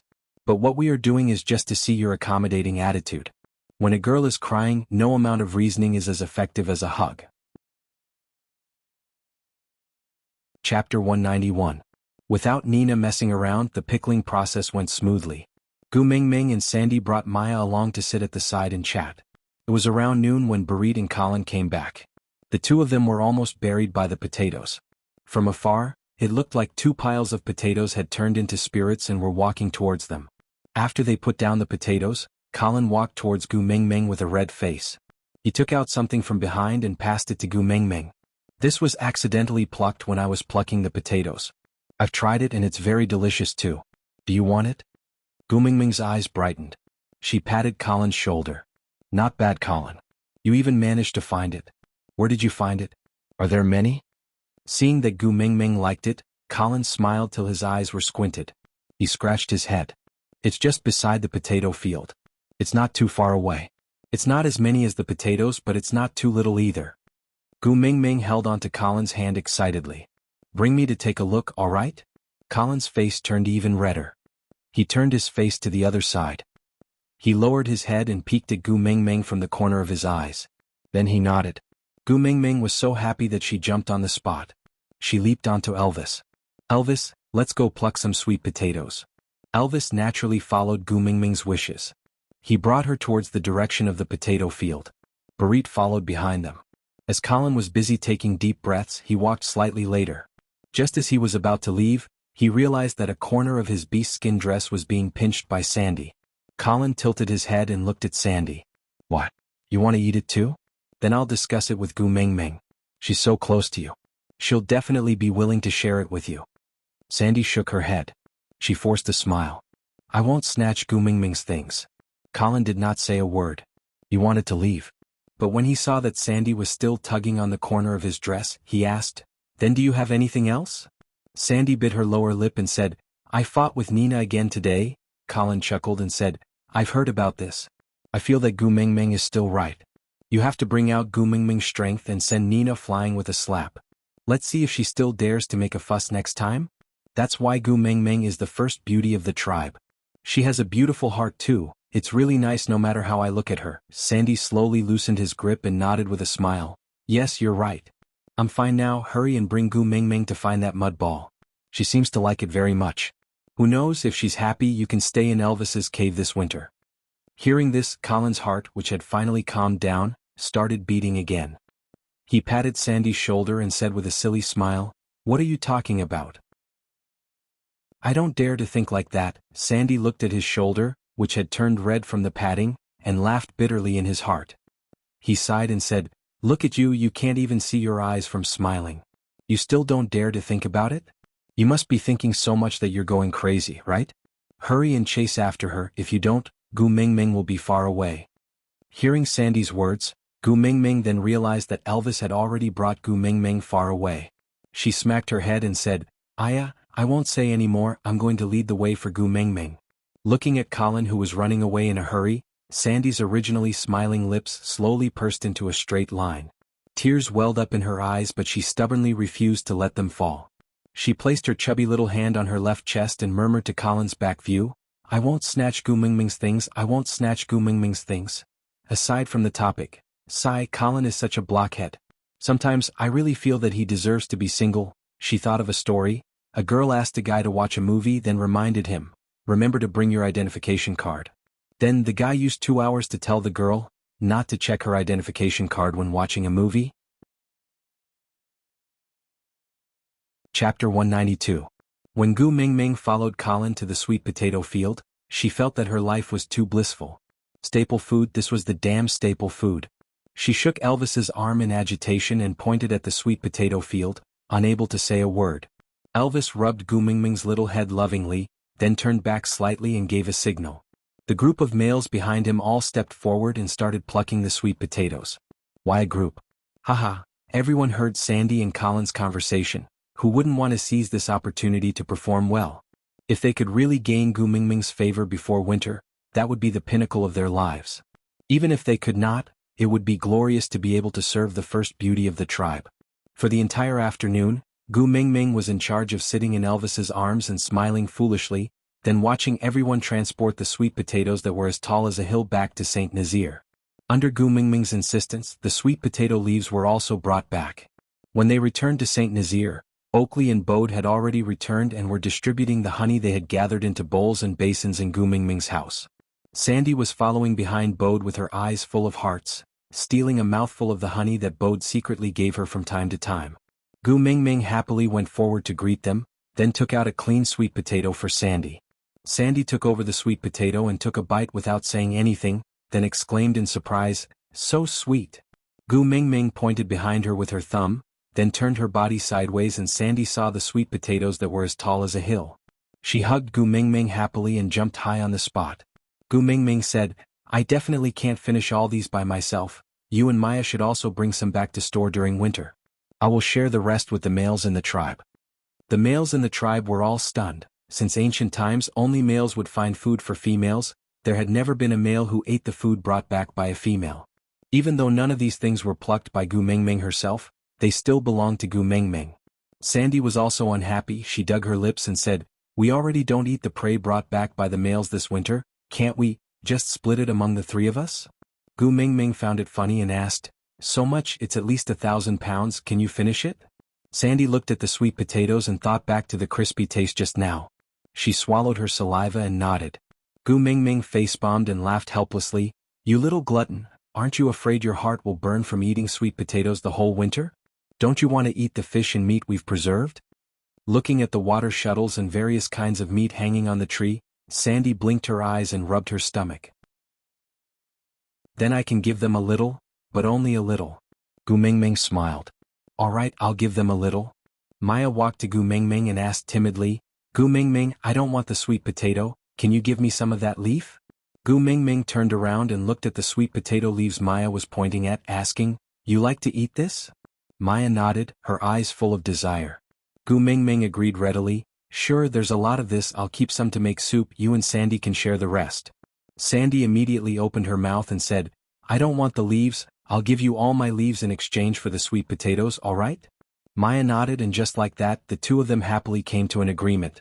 Aside from the topic, I suddenly thought of a song that suited Sandy very well. So hungry, I'm really so hungry. Chapter 193. For the next few days, Gu Mingming was exceptionally busy. The males plucked the potatoes from the potato field in batches and hunted a lot of prey on their way back. Because in the past, everyone would observe the hiding place of their prey and wait until winter when there was no more food to hunt. This would ensure that the food would not rot. But in the past they had to pay a huge price. It was considered good if one of them could return out of 3. But this year, with Gu Mingming's storage method, not only did everyone not need to take risks during winter, they could also hunt during the season when the prey was the fattest. Be it the quality or quantity of the stored food, there was an obvious increase. Meanwhile, another group of people, led by Bode, started to fish in the stream in large batches and dried them in the sun according to Gu Mingming's method. Everything was carried out in an orderly manner until one day, an uninvited guest came to the tribe. Leah, who had not appeared for a long time, once again came to the border of Elvis's territory. He used his unique fox howl to call Elvis out from his territory. Elvis was surprised to see Lee's haggard face. He frowned and said, "Your body won't be able to take it if you keep digging ginger day and night." Leah waved his hands and took out a small basket from his waist. That was the basket that Gu Mengmeng used to feed rabbits for a few days. That rabbit did not survive in the end, so Leah kept the basket to prevent Gu Mengmeng from feeling sad when she thought about it. Now it came in handy. He used the basket to fill the basket with ginger and passed it to Elvis. He sighed and said, "I have to do something for her so that I can catch my breath. Or else." Leah lowered his head and stared at his chest, not finishing his sentence. With a deep sigh, Leah shook his head and continued, "I came here today because I have something else to tell you." Elvis and Leah had been through life and death situations for many years. Just by looking at his expression, Elvis knew that what Leah wanted to say was very serious. So Elvis handed the ginger to a male at the side and followed Leah out of his territory to Lee's home. To a certain extent, the witch doctor's territory was even more inviolable than the leader's territory. This was because apart from treating the wounded, this was also the place where the witch doctor and the leader discussed important matters. When the two of them released their powerful auras at the same time, this place became an absolute vacuum. Anyone who approached without permission could be killed without asking for a reason. This was the divine authority that the previous messenger of the beast deity had bestowed upon the witch doctor. Leah leaned against the tree and closed his eyes. He was the first to release his own suppressive force. Elvis was stunned for a moment before following closely behind. After confirming that there was no one else other than them in Lee's territory, Leah then slowly opened his mouth and said, "The fact that Meng Meng is the messenger of the beast deity can no longer be hidden." Elvis's expression froze as he asked, "What do you mean?" Leah used his chin to point at the moon-white little fox lying at the entrance of his cave and said, "Sauter's messenger fox. Its appearance means that Sauter's messenger is on the way to Saint Nazir and will arrive in a few days. He is telling us to prepare in advance to receive the messenger." Elvis frowned and said with a serious expression, "Sauter, is the tribe where the previous messenger of the beast deity descended?" Aside from the topic, "Gu Mengmeng, where did you go to fool around just now?" "Elvis, Gu Mengmeng, I'm asking you, who were you with just now?" "Elvis, with Leah." Gu Mengmeng cupped her heart with one hand and pointed at Elvis with the other, trembling. "Fooling around with Leah? I knew it, I knew there was something going on between the two of you. You really got together. How could you do this to me? How could you do this?" "Elvis, Xiaoming, listen to my explanation." "Gu Mengmeng, I don't want to listen, I don't want to listen, I don't want to listen. You didn't even reserve a VIP seat for such an exciting live broadcast. I'm so disappointed in you." Elvis's face darkened. Gu Mengmeng held onto Elvis's shoulders and said, "I won't pursue the details, I just want to ask you one thing. Between you and Leah, who is on the offensive and who is on the defensive?" Chapter 194. Leah nodded as a reply. They would not send messengers to Saint Nazir for no reason, and the only thing worth plotting in Saint Nazir is... Leah did not finish his sentence and just looked at Elvis quietly. Elvis remained silent for a moment before saying, "Xiaoming has never left the tribe before. How did they know of her identity?"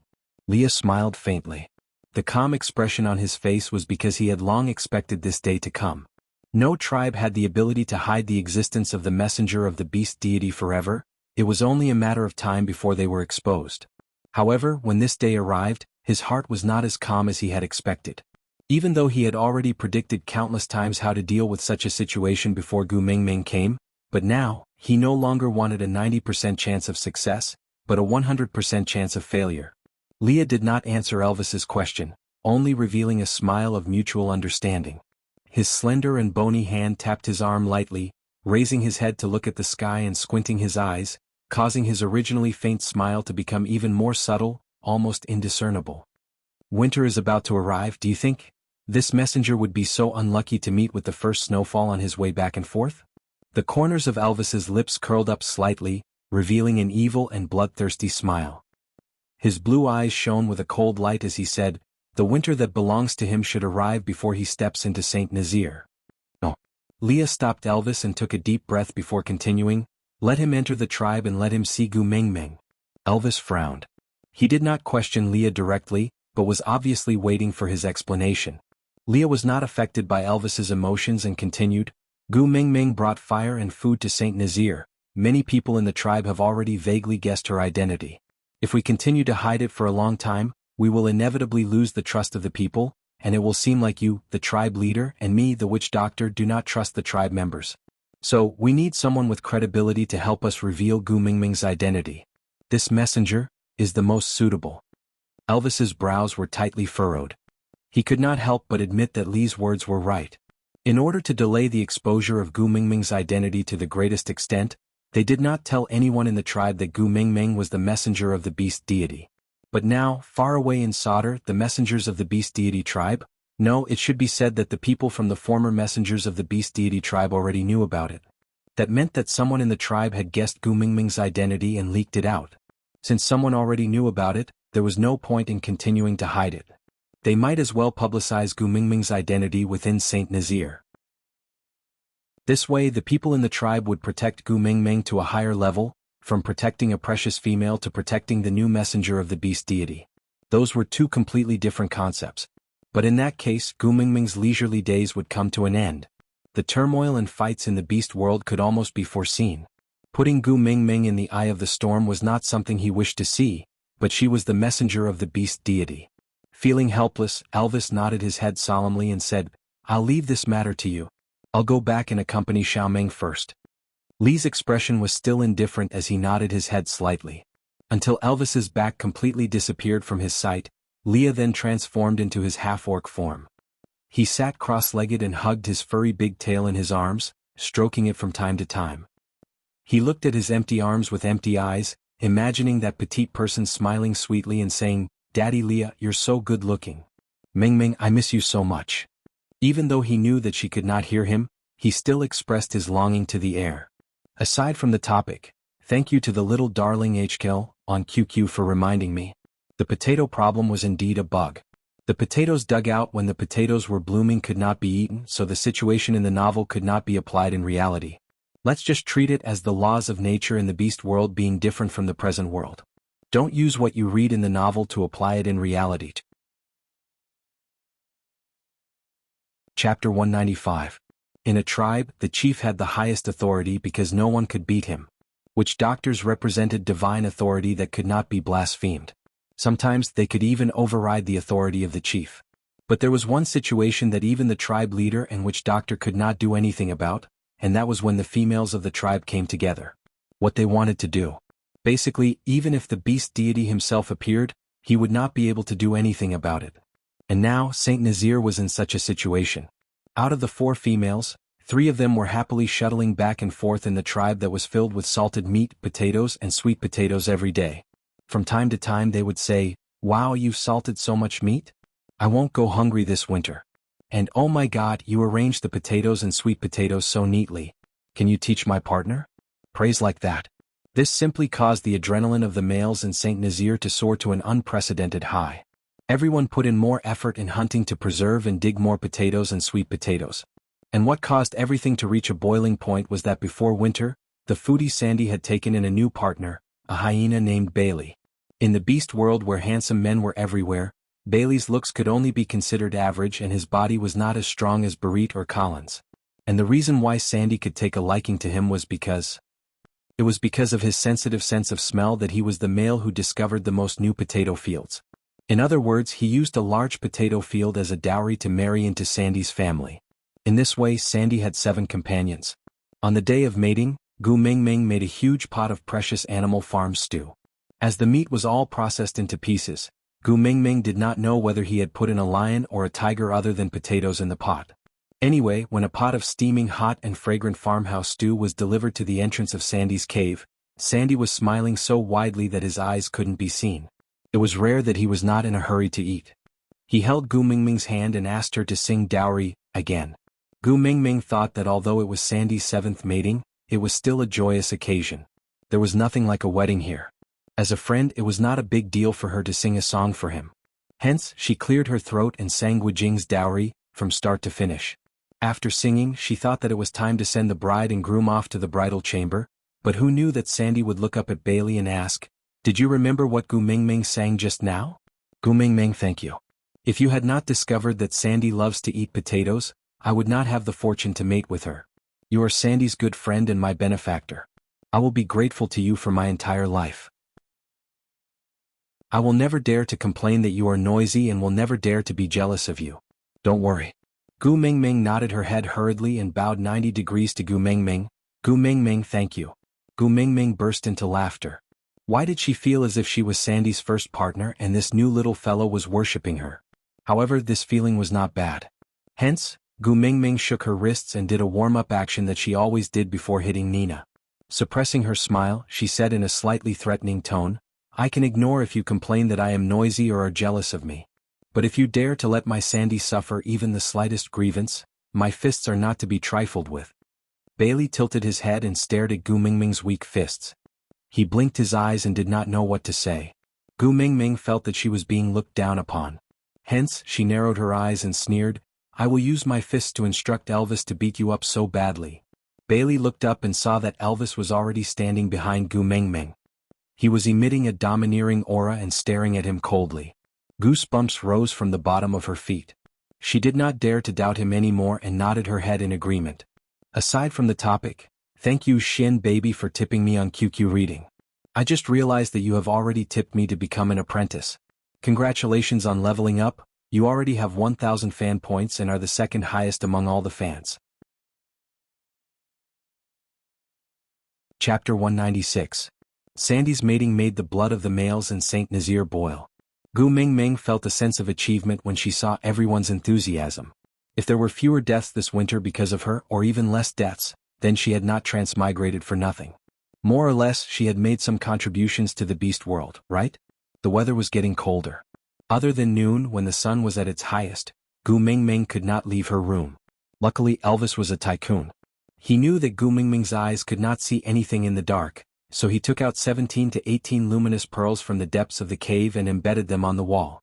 A luminous pearl's light was actually very dim, but when there were a lot of them, it exuded a hazy sense of beauty.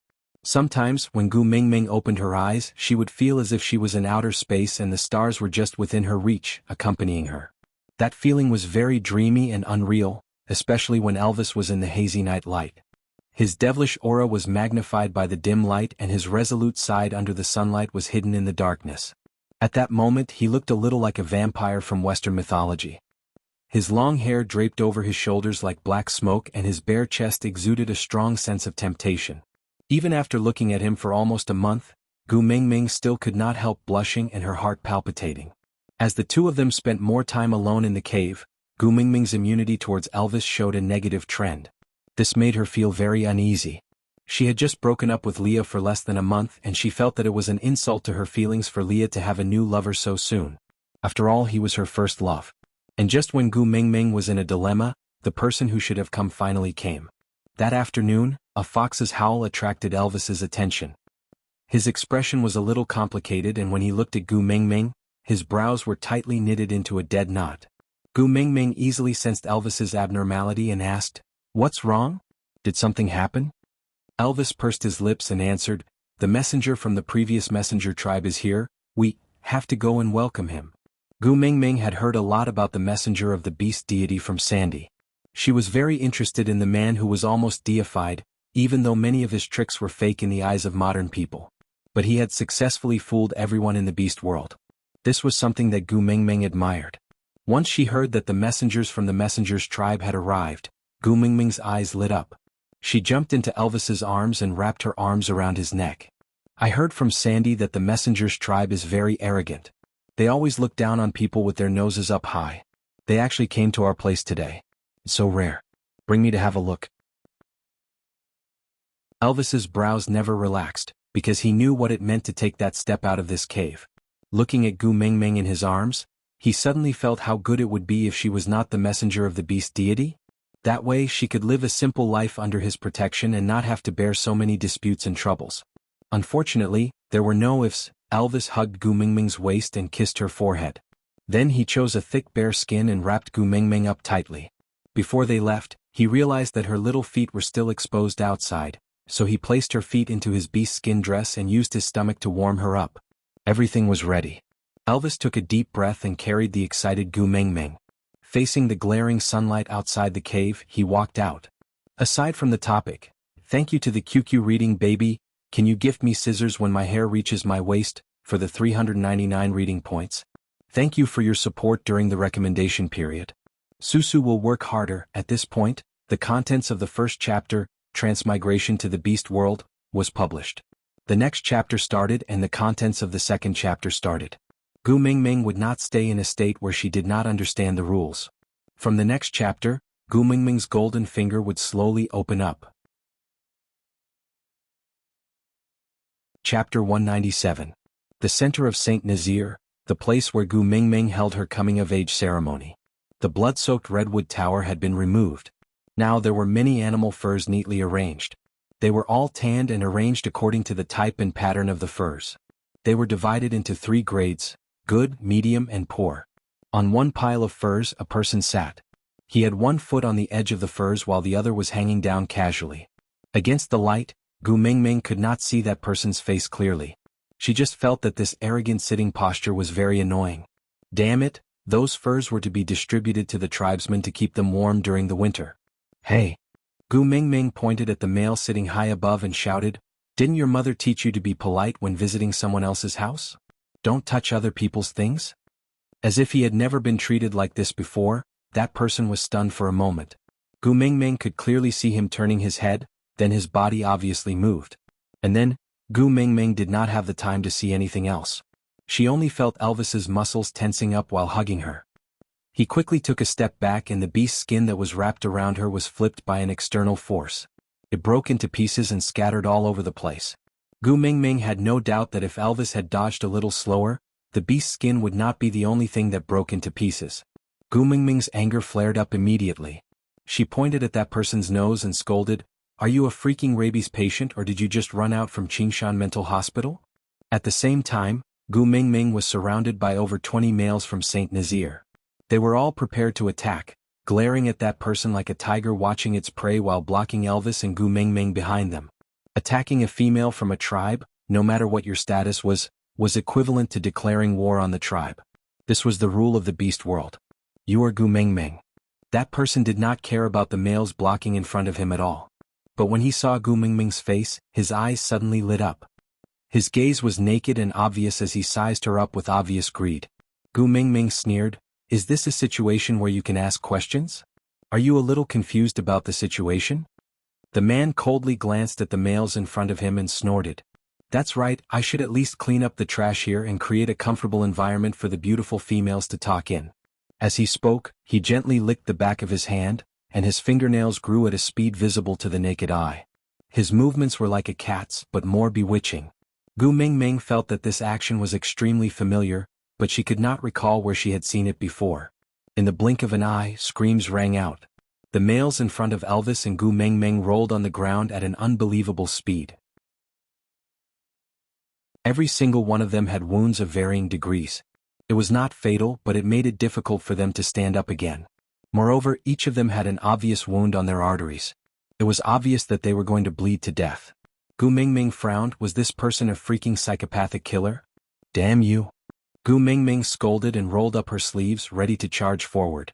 Elvis hugged her tightly and tilted her chin with one hand, turning her angry little face towards him. Then he looked into her eyes and said, "Tell me, do you want him to be crippled or dead?" Aside from the topic, thank you to the little darling Mao061028 from Xiaoxiang Academy for voting for this article. And thank you to the little darling Yi Wuyo from QQ Book City for tipping 399 reading points. Chapter 198. Gu Mingming rolled up half of her sleeves and pointed at the man who was smiling in a weird manner. Beat him to death." "All right." Elvis placed Gu Mingming down and kissed her forehead lightly. The moment he turned around, his murderous aura was released and he walked towards the messenger from the tribe of the messengers of the beast deity step by step. Gu Mingming did not stay idle either.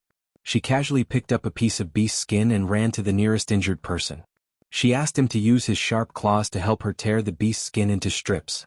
Then she tied the wound tightly from the side closest to the heart to stop the bleeding in an emergency. Gu Mingming could not even call out the name of this casualty who was lying on the ground, but she remembered his face. During this period of time when they were digging potatoes, sweet potatoes and bacon, they always had some pleasant moments together. "Gu Mingming, I'm sorry I'm too weak." Blood gushed out from his wound, but that male lowered his head as if he could not feel the pain. He did not dare to look at Gu Mingming's eyes, as if he was ashamed and annoyed at the same time, as if he had done something unforgivable. Gu Mingming still could not agree with the unspoken rule of, being weak is wrong, death is what you deserve, in the beast world. She slapped his shoulder hard and said, "Don't let your imagination run wild, you're very brave. You clearly knew you couldn't beat him, but didn't you still stand in front of me? You're the brave warrior of Saint Nazir, I'm proud of you. Heal your wounds first, it's not too late to seek revenge on him after you've raised your abilities." Yeah. The male nodded his head resolutely and did not say any more self-deprecating words. Gu Mingming was just about to handle the second casualty when her hands felt lighter. "Leave it to me." Leah took over the beast's skin from Gu Mingming's hands. His actions were as smooth as flowing water without any hesitation. Gu Mingming sighed. No matter what kind of grudge she had with Leah, she had to put it aside in front of the enemy. Nothing was more important than saving the lives of her tribesmen. Not having to worry about the injured anymore, Gu Mingming then turned her attention back to Elvis and that messenger. Both of them seemed to be on par with each other and were in a stalemate. Gu Mingming observed carefully for a long time and came to the conclusion that Elvis was a practical fighter. His attacks were all accumulated from actual battles and every move was very solid. As long as he managed to land a hit, that messenger would probably not be able to get up. On the other hand, the messenger's movements were light and agile. She was able to avoid Elvis's attacks every single time and counterattack with each move. Moreover, his moves were very sinister. They were all moves that targeted the opponent's vitals. He did not need to use too much strength, but he could still achieve the effect of subduing the opponent in one move. It was a light fighting style. If this went on, Elvis would obviously be at a disadvantage. Gu Mingming frowned and suddenly recalled what Oakley said to her that night. Fire? The previous messenger of the beast deity used fire to create a ridiculous faith, and then indirectly ruled this world. As a result, no one dared to offend Sauter, the tribe of the messenger of the beast deity, for thousands of years. What a pity, it was said that no one in this tribe knew how to light a fire. But anyone in Saint Nazir could light a fire. Gu Mingming curled the corner of her lips and smiled evilly. She shot a look at the wounded man lying beside her and said, "Big brother, lend me a fire." Aside from the topic. Chapter 199. When Gu Mingming approached Elvis and the messenger who were fighting step by step with the torch in her hand, the messenger was stunned. It was as if he did not dare to believe his own eyes and could only stare at Gu Mingming's little face that was illuminated red by the fire.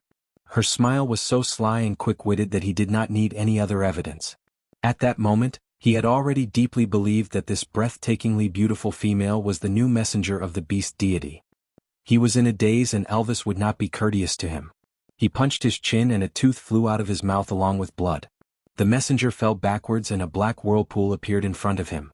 But even so, he continued to stare at Gu Mingming's direction with an indescribable expression. It was just a little wretched and ferocious. Gu Mingming patted Elvis's arm and said, "Thank you for your hard work, tribe leader. Leave the rest to me." Elvis looked at the messenger who could not get up from the ground and did not say a word. He just quietly took half a step back and maintained a distance where he could snap his neck before Gu Mingming was hurt if that fellow made any sudden movements. He let Gu Mingming vent her anger on him. "Great messenger." Gu Mingming squatted beside the messenger and sneered at his mouth that was still dripping blood.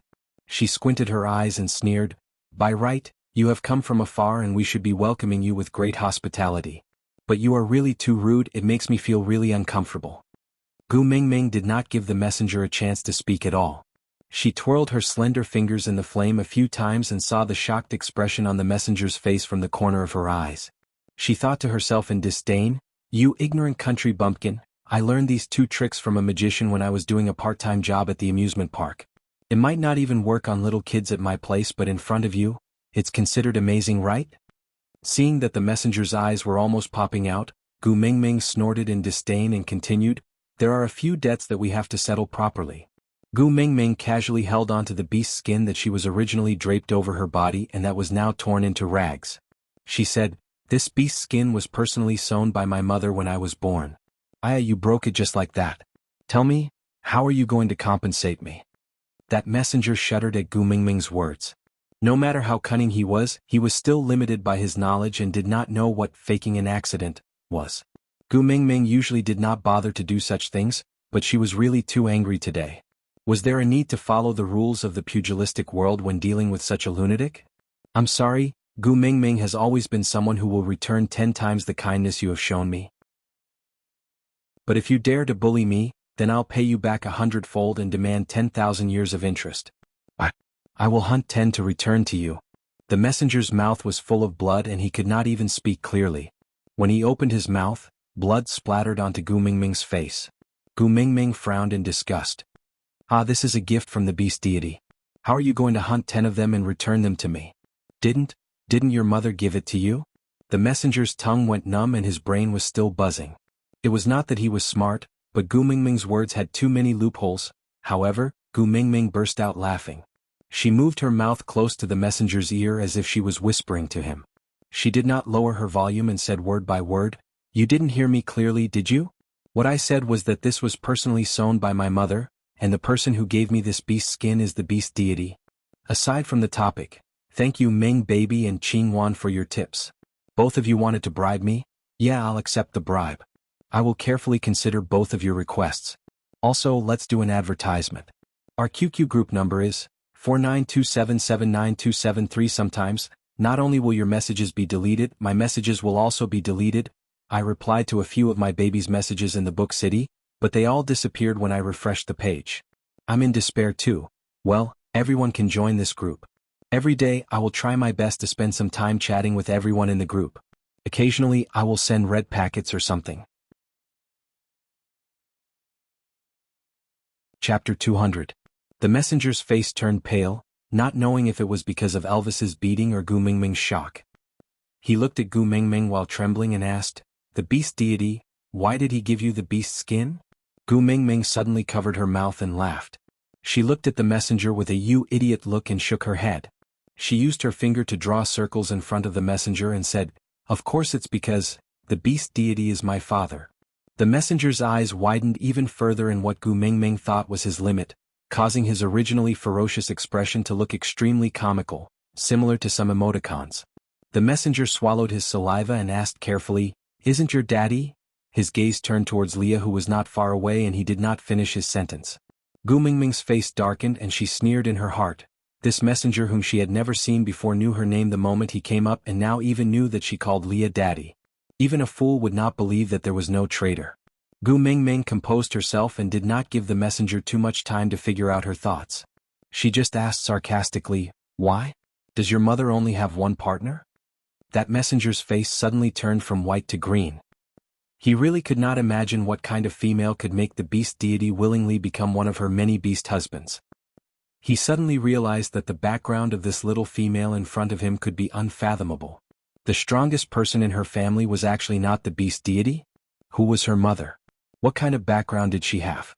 All the questions exploded in his mind. He struggled to move and Elvis carried Gu Mingming up the moment his fingers moved. He took a step back and got into a position where he could attack or retreat at will. However, the messenger did not stand up. He just flipped his body and knelt down, giving Gu Mingming a salute that was similar to the Tibetan pilgrimage. He endured the intense pain in his body and said in a stuttering manner, "Gu Mingming, Gu Mingming." Dumbo represents solder to welcome the messenger of the beast deity back to the tribe. Gu Mingming thought to herself, wasn't this fellow too easy to fool? Did he really believe that the beast deity was her father? She thought to herself, idiot. However, his expression was cold as he said, "Don't change the subject. You broke something that the beast deity gave me. How are you going to settle this?" Dumbo's body was obviously trembling, and he didn't dare to raise his head. Maintaining his prostrate posture, he said, "It's all up to the great emissary's decision. Whatever you say, it's up to you." Only then did Gu Mingming smile. Her smile was as radiant as the morning sun, so dazzling that one could not open their eyes. She seemed to be in a good mood as she patted Elvis, signaling him to put her down. Elvis saw that Dumbo would not be able to cause any trouble, but he still maintained his vigilance, maintaining an arm's length distance away from Gu Mingming to protect her. Gu Mingming was obviously more open-minded. She took 2 steps forward and rubbed the back of Dumbo's head with a "you're really understanding" expression. She said, "I'm not an unreasonable person. You probably don't have the ability to ask the beast deity for another piece of the same thing. How about you peel off your skin and give it to me as compensation?" Dumbo's body stiffened and then trembled even more violently. There was a smell of urine and then liquid flowed out from under him. Did he pee from fear? The people from the tribe of the messenger of the beast deity were just like this. How could they run amok in the beast world for thousands of years with such conduct? Gu Mingming sneered, then continued, "Don't be afraid, don't be afraid. The witch doctor in our tribe is very skillful. Peeling off your skin is a piece of cake for him. I guarantee that he can peel off a whole piece of skin. Moreover, his hands are fast so you won't be in pain for long. Alright, his medical skills are especially good. I guarantee that after you peel off your skin you will not die." Aside from the topic, my babies, today is the last day of the recommendation period. Whether there will be a next recommendation depends on my babies. Vote, reward, leave a message, don't stop. Chapter 201. When Gu Mingming said the last 3 words one by one slowly, Dumbo's fear reached its peak. He would not die even after being skinned. Was there anything worse than this? Dumbo had already started to feel pain all over his body. Thinking of his bloody appearance, he could not control his trembling. Only now did he start to regret his arrogance. He should not have attacked Gu Mingming immediately. He only wanted to confirm the extent of Saint Nazir's protection of Gu Mingming. If she could be easily killed by him, it would prove that this person was just one of the countless females that had impersonated him over the years. And when he saw Gu Mingming's face, he was already half sure that Gu Mingming was the messenger of the beast deity. Although he had not seen the previous messenger of the beast deity with his own eyes, it was rumored that she had an unforgettable beauty that no other females in the beast world could compare to. So the first creed for the messengers who were sent out to search for the new messenger of the beast deity was their own eyes. Even though none of them had seen the messenger of the beast deity before, the legends in their tribe told them that as long as they saw her, they would be able to recognize her at first glance. The facts proved that their ancestors were right. And when he saw Gu Mingming holding a torch and even playing with the flames in her palms, he was already 100% convinced. It could not be wrong, or else why would the flame demon brought by the previous messenger of the beast deity be so docile in her hands? And it was precisely because of this that he firmly believed in Gu Mingming's theory of, the beast deity is my dad.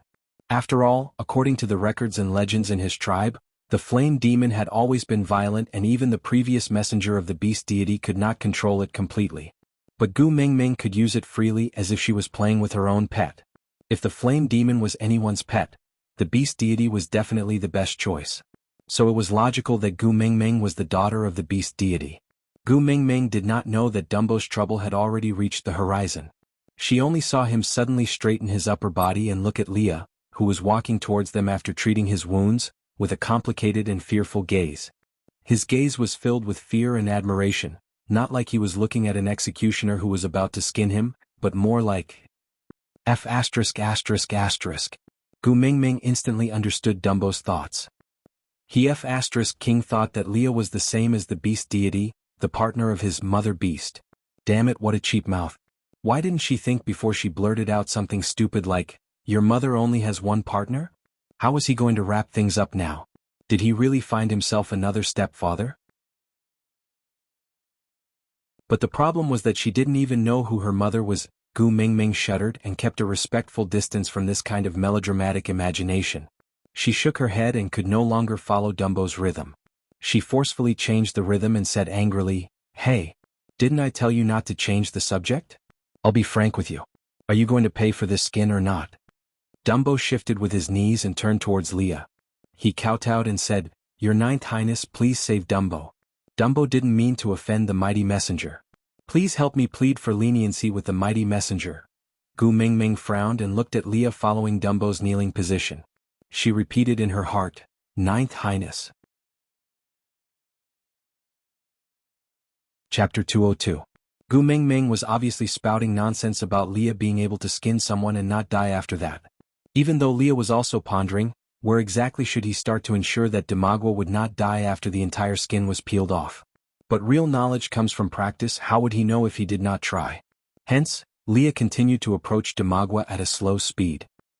He watched as the mighty messenger became incontinent in the blink of an eye, looking like a useless person who could not live on his own. Gu Mingming frowned in disgust and turned her face to the side. Ninth Highness, you can't do this to me. After all, we are from the same tribe, we can't kill each other.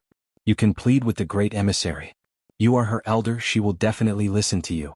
Ninth Highness, I beg you, Ninth Highness, please save me. Elder? Leah clenched his teeth, his squinted eyes filled with a strong murderous aura. His Gu Mingming called him Daddy Leah, which was a nickname between lovers. This idiot actually said that he was her elder? Ninth Highness, I know you were wronged in the past, but didn't you lead a good life after leaving Sauter? You even joined the family of the beast deity. What kind of fate is that? Just let go of the past, Before Damagwa could finish his words, his neck was already gripped by Li's sharp claws and he could not say another word. Leah half-dragged Damagwa's body and scrutinized his neck carefully, as if he was considering which point to start from, so that the skin he peeled off would be more complete. Damagwa grabbed onto Li's wrist with both hands, wanting to break free but unable to do so. He could only whisper, Ninth Highness, Ninth, Shu. Leah placed his index finger on his lips and gestured for him to keep quiet. He smiled calmly and said, Wasn't your Ninth Highness chased out of the tribe long ago? I remember. It seems like, if we meet again, everyone in Sauter can be killed. Li's smile deepened. He paused for a while and looked at Damagwa with an extremely seductive expression, as if he had shed his immortal aura and fallen into the abyss of demons. He said, The person who wanted to kill me back then, is now kneeling before me, worshipping me and begging me? Aren't you afraid of becoming a sinner of Sauter and becoming the next target to be banished? Leah gradually tightened his grip, allowing Dumbo to fully experience the feeling of suffocation. Looking at his protruding eyes that were filled with blood vessels, there was no trace of pity in his heart, not even hatred. He thought that he would be filled with hatred. He thought that when he saw the people from Sauter again, he would use the cruelest methods to tear them apart. But now, the only thought in his mind was actually how to peel off this piece of skin without letting Dumbo die. Gu Mingming was quite ruthless when she was scaring people. If she really had to resort to violence, it was not impossible for her to accidentally kill Damagwa. But this method of skinning him alive, to be honest, she was just saying it to scare people. If she really carried it out, she might not even have the guts to see it herself. Besides, she did not want Leia's hands to be stained with blood. There was no reason why, she just did not want to. Leah let go of him first. Gu Mingming finally spoke before Damagwa breathed his last. Leah released his grip and threw Damagwa to one side. Then he quietly returned to stand behind Gu Mingming, half a step away from Elvis. This was the order of status in the family and could not be crossed. Gu Mingming did not turn back. She just looked at the collapsed Damagwa in disdain and said in disgust, Your whole body is covered in sh*t in urine. TSK, it's too disgusting. Even if you peel off your skin and give it to me, I wouldn't dare to use it. Aside from the topic, Li's identity was still a mystery. What exactly did he experience in Sauter? Why did he become a witch doctor in St. Nazaire? And why did he sacrifice his entire life's happiness and use himself as a wager to keep the messenger of the beast deity in St. Nazaire? Why was such an ambitious and capable male willing to be below Elvis? Even though he loved Gu Mingming so much, he did not fight with Elvis for the title of the first partner, and even, it did something like pretending to mate with Nina? Chapter 203. Only God knew that such a sentence of blatant disdain sounded like a heavenly melody to Dumbo. He used his trembling body to wipe the tears of joy from his face. While he was deeply grateful, he talked about the disgusting things he had done in the past. He said whatever was dirty or smelly, as if he was extremely afraid that Gu Mingming did not dislike him enough and would regret it later, asking Leah to skin him alive. Gu Mingming felt nauseous and disgusted hearing that. She waved her hands and interrupted him, I don't have the mood to listen to your dirty deeds. Although I don't want your skin anymore, you still have to pay for damaging my things. Dumbo was stunned and looked at Gu Mingming in fear, afraid that she would think of another way to torture him. Gu Mingming smiled kindly. Although no matter how kind she smiled now, Dumbo still had goosebumps all over his body and chills from the bottom of his feet. Gu Mingming saw that her smile did not work on Dumbo, so she rubbed her cheeks and stopped pretending. Heaving a sigh of relief, Gu Mingming asked seriously, Answer 3 of my questions and I won't pursue the matter regarding the beast's skin. How about that? Gu Mingming could see Dumbo visibly heaving a sigh of relief. Then he crawled down again and pressed his face against the ground, saying, Sauter is the Great Messenger's tribe. All the members of Sauter are loyal to the Great Messenger. No matter what you want to know, Dumbo will definitely answer truthfully. Gu Mingming sneered, thinking to herself that he should not act like a pretentious person right from the start. If he was so sensible from the start, why did he have to create such a huge mess? She thought to herself but did not show it on her face. She replied perfunctorily, Very good, very good. Then she started to cut to the chase. Her seemingly nonchalant eyes stared closely at all of Dumbo's body movements to determine if he was lying. Slowly, Gu Mingming opened her mouth to ask the first question. Who was the one who told you my whereabouts? Actually, Gu Mingming had an answer in her heart. It was just that she did not want to blame the wrong person before she had concrete evidence. Unfortunately, the modern people were too sensitive to things like scheming against each other. Those methods here were really not enough. It was too easy to guess and it was hard to even think wrongly. It's a female from Saint Nazaire called Nina. She was the one who passed the message to me, saying that the messenger is in Saint Nazaire tribe. As expected, Gu Mingming sneered. This Nina's tactics were really not that brilliant. She probably wanted to use the verification process of this messenger to get rid of her. It was a pity that she had found the wrong helper. This messenger was an idiot. With just a simple trick, she really thought that she was the messenger of the beast deity. Moreover, she was the biological daughter of the beast deity, the messenger of the beast deity who was a relative of the emperor. Furthermore, even though his skills were not bad, it was a pity that he was not as solid as Elvis's, which had been honed on the battlefield. Although it might be difficult for Elvis to kill him, it was impossible for him to take advantage of Elvis. Especially with Leah here, as long as this Dumbo was not really stupid, even if he knew that she was not the messenger of the beast deity, he would not dare to fight with her. Gu Mingming sneered and did not say a word.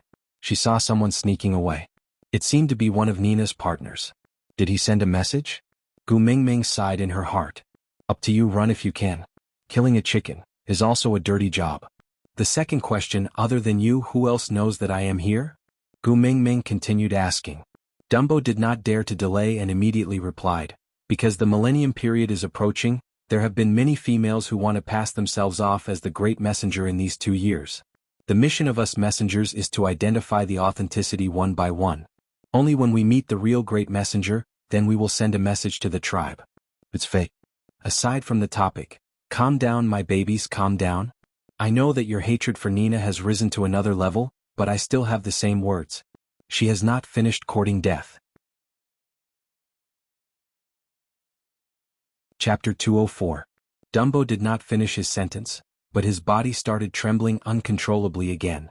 Gu Mingming sneered and thought to herself, if it's fake, just kill him directly? It's really simple, violent and efficient. He was not afraid that the messenger of the beast deity was an idiot like him.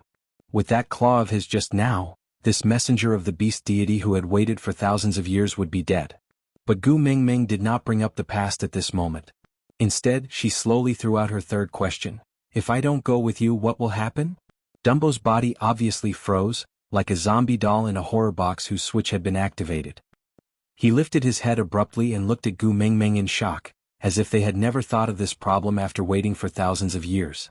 The new messenger of the beast deity did not return to solder? Gu Mingming smiled and said, I'm quite happy staying in Saint Nazaire. I don't want to spend time to adapt to the new environment. So I won't go with you. Then in this situation, what should I do? Dumbo's mind went blank. Solder had been the messenger tribe for thousands of years, and every day, they were preparing to welcome the next messenger of the beast deity. Now that the messenger of the beast deity had been found, she said, she was not going? Gu Mingming's words were like a huge basin of ice water, splashing onto Dumbo's head. The huge sense of betrayal made him speechless for a moment. He stared at Gu Mingming for a long time with a pair of widened eyes.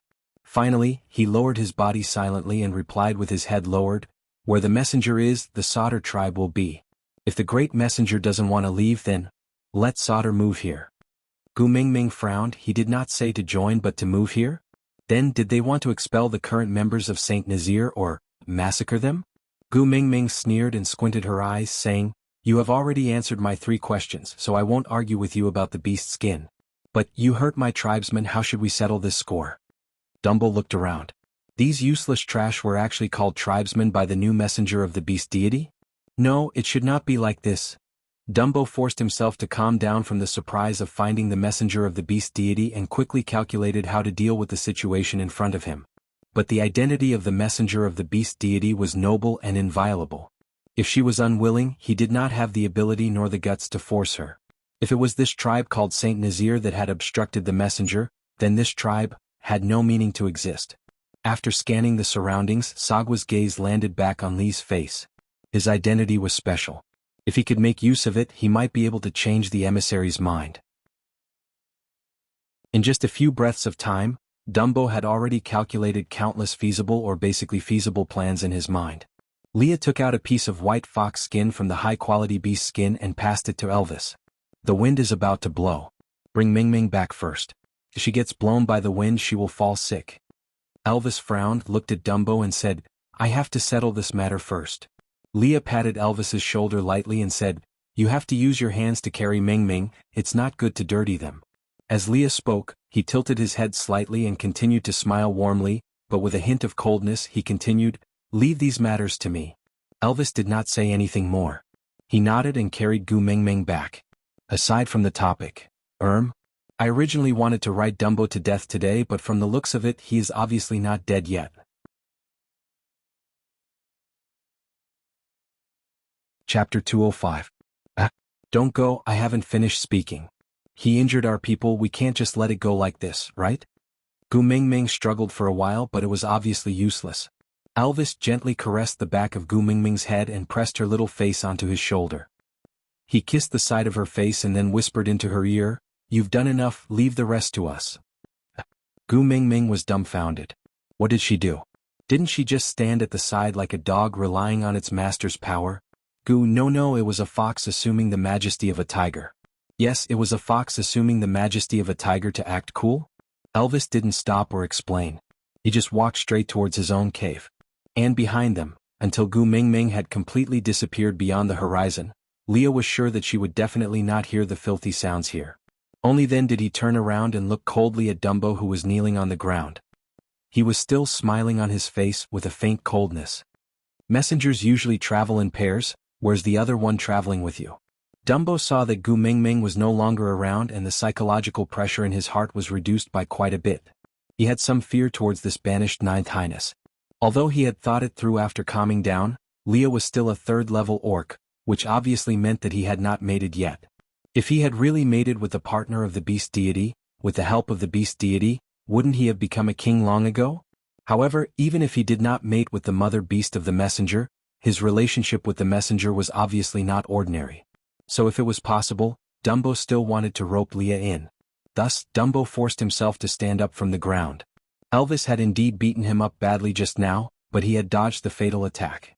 It was only because he saw the messenger of the beast deity, and not only did he personally see the messenger of the beast deity toying with the flame devil like a ghost, he even knew that the new messenger of the beast deity was actually the biological daughter of the beast deity. This explosive news made his legs wobbly, so he could not stand up. Dumbo patted the dust off his body, trying his best to regain his dignity as a messenger of the messenger's tribe.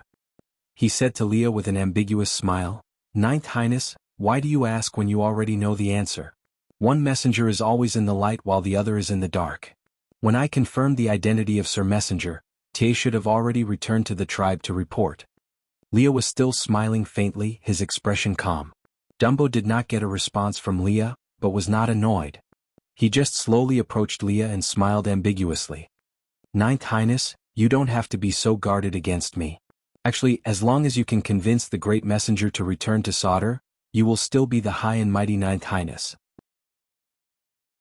With the great messenger as your backing, even the Second Highness would not dare to say anything against you.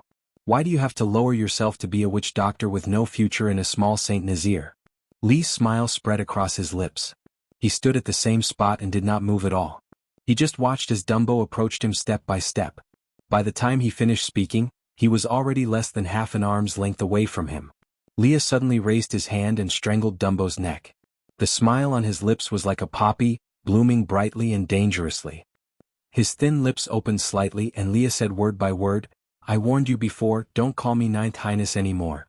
Dumbo wanted to resist, but he realized that Lee's fingernails had already embedded into the skin on his neck, right at his blood vessel. If he dared to move an inch, that blood vessel would be cut open.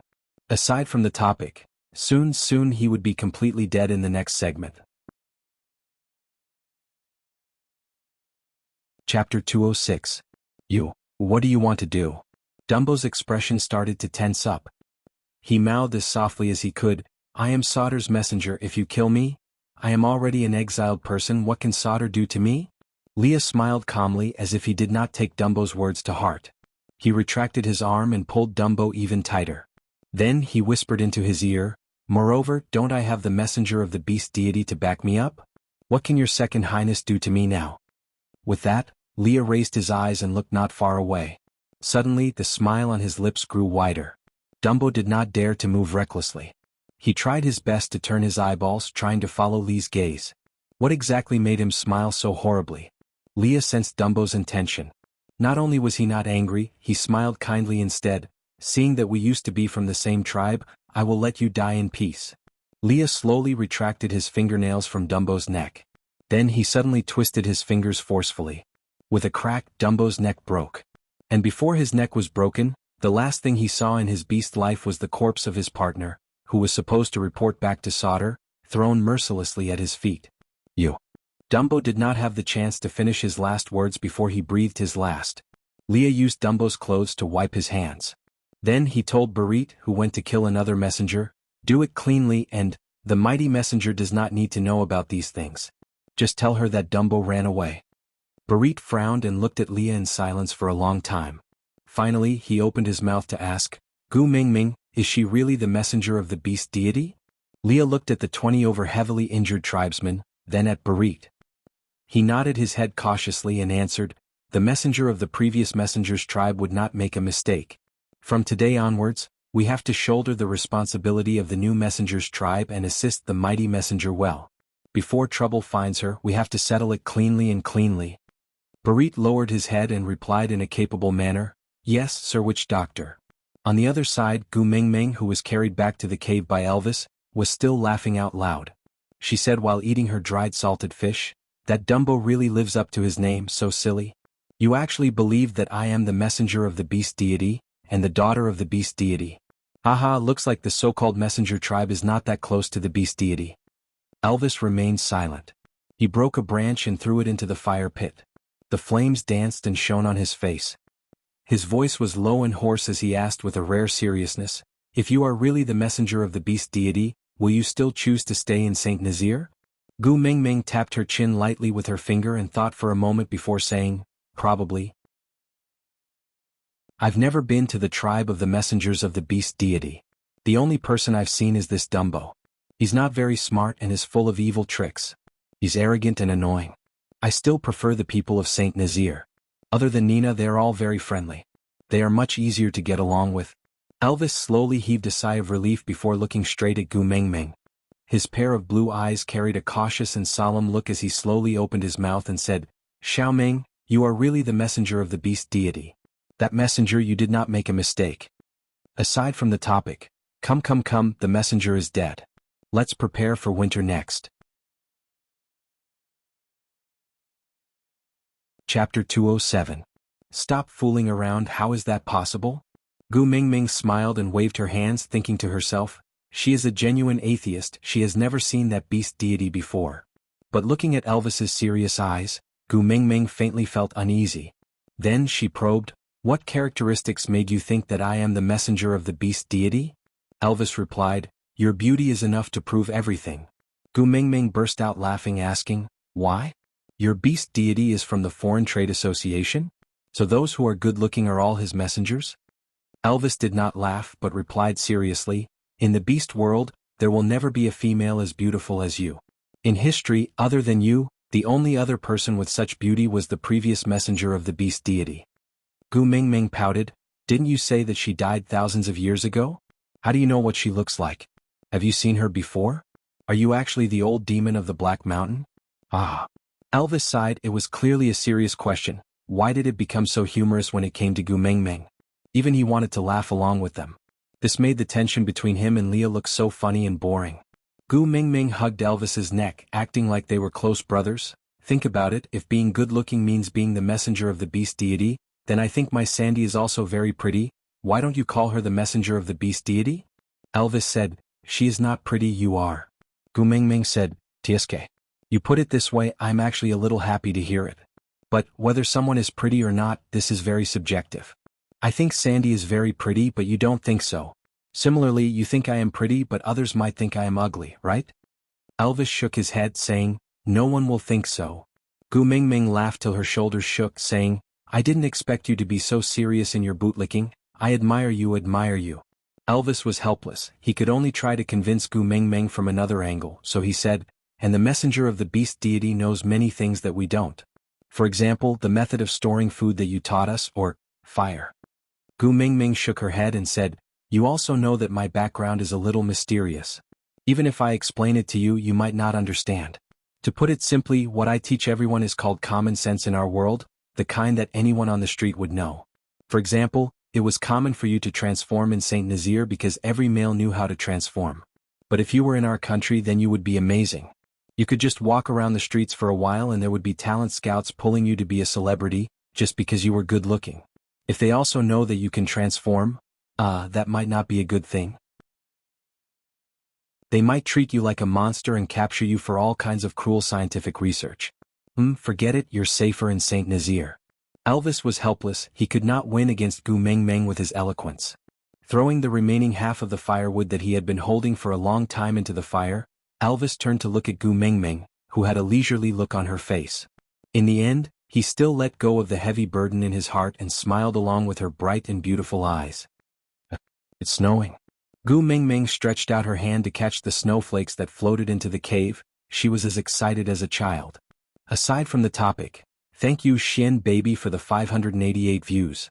Then he replied to the message left by the little baby from Book City. "You asked, why did the male lead who appeared so tall and mighty become a little dazed after Gu Mengmeng's description? That was because when they first met, Elvis entered the forest with the identity of a hunter.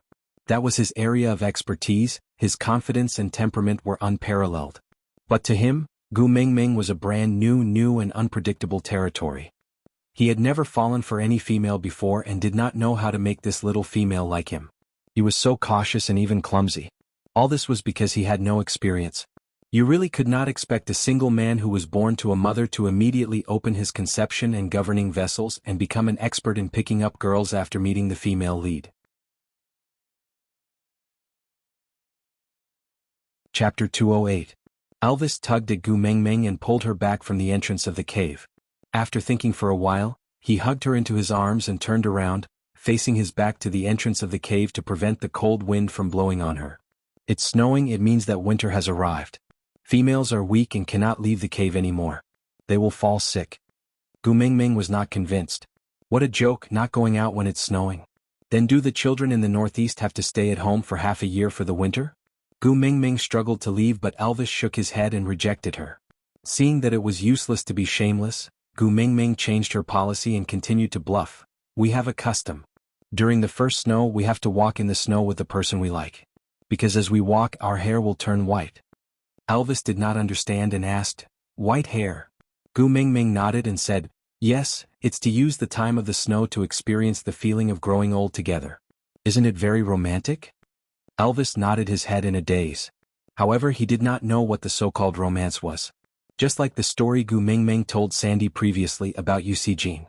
Sandy would never get tired of listening to it and Maya was so mesmerized that she asked Gu Mengmeng to repeat it over and over again. Even Nina, who hated Gu Mengmeng the most, would hide far away and eavesdrop on them. But in the eyes of the males, that Wuxia Jin was simply trash.